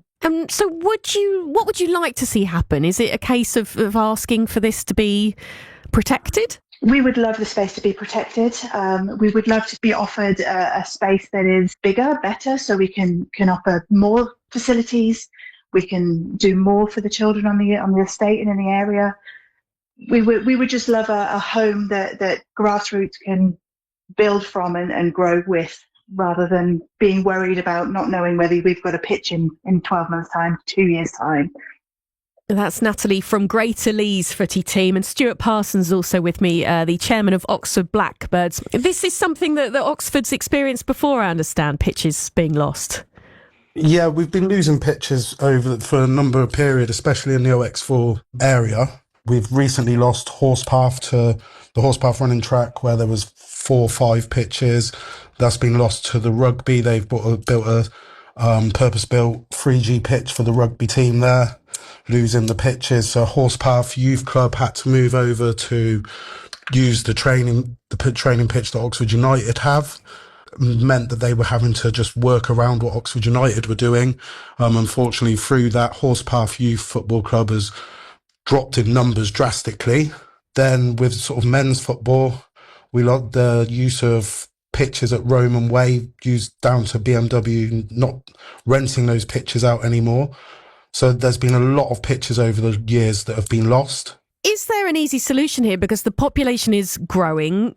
We do need housing. There are other sports like athletics, rugby, as well as football. Is there an easy solution here, Stuart, or not? Obviously, we need the houses being built. I wouldn't say there is an easy solution. It's you're damned if you do and you're damned if you don't. But it's if you look at it, with the buildings that are going to be being put up through the plans of Oxford City Council, we're going to have more and more people in this area. So to lose the spaces that are already there when we actually need more spaces is just going to be damning for the children and the adults of the areas. And there's been some cases like Didcot where it's been sort of worked into, like new space has been worked into new builds. They're building in areas that haven't already got this just open space already. So it'd be if Oxford could acquire sort of more open space rather than building right to where they are, it would be a much better solution. When we asked Oxford City Council about this, they said they're in discussion with Ox Place and Littlemore Parish Council to explore how they can work collaboratively on Sandy Lane Recreation Ground. It's BBC Radio Oxford Sport. This is Pete Bestwick. Thanks for listening today. And my thanks to Sophie Rumsby, who's been in charge of the programme this afternoon. And a great afternoon it was for Oxford City, through to the quarter-final of the FA Trophy. Ashby with one arm in the air. He sends the corner in. It beats the first man into Parker, and City take the lead! Can you believe that? The second chance of the game after just 15 minutes. And Josh Parker heads home from the corner. And do we have a cup set on our hands here? Yes, we do. And it was an early kick-off for the U's today. The team were back at the Castad with new boss Gary Rowett, hoping to extend his unbeaten record against Bristol City. Good afternoon from the Kassam Stadium. Another lunchtime kick-off as Oxford United hosts Bristol City.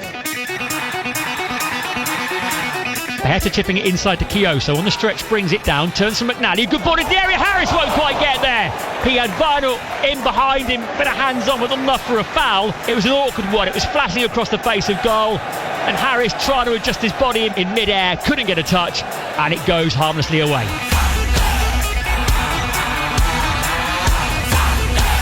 That's a hell of a challenge there on Vaughts by the Bristol City midfielder Joe Williams. Oxford players react with tempers flared. Big call for the referee here. I think he'll go yellow. I think also that wasn't premeditated, that was genuine. And it's a red card! It's a red card for Bristol City's Joe Williams. 0-0, but Bristol City will play an hour of this game with 10 men. So half-time, Oxford United 0, Bristol City 0.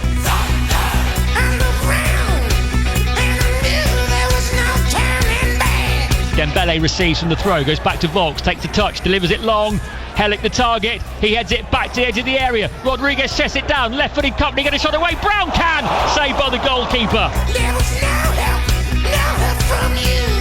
Inside to Brannigan, he'll take a touch, he'll shoot. No, he won't. Cuts back on his left foot. Now he'll shoot. That's charged down. Lee smashes it across the face of goal, and it goes in! Somehow it finds its way into the back of the net. Not even sure Greg Lee knows how. He won't care. It may have got a big deflection. No one else cares apart from those from Bristol City, because Oxford United have the lead. It's 1-0.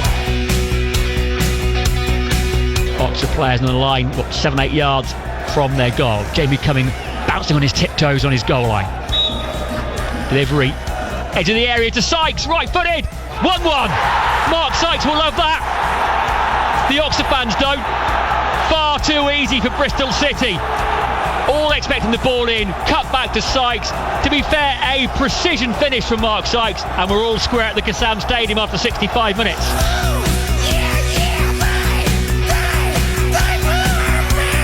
Hit a Terravest beaten by McCrory. And now McCrory, who's been booked, goes through Kieran Brown, and it's going to be 9-man Bristol City. Off he goes, he knew it. He knew he was a goner. Daft, stupid, reckless, idiotic really from the Bristol City man, because United were going nowhere. To be honest with you, what was McCrory thinking?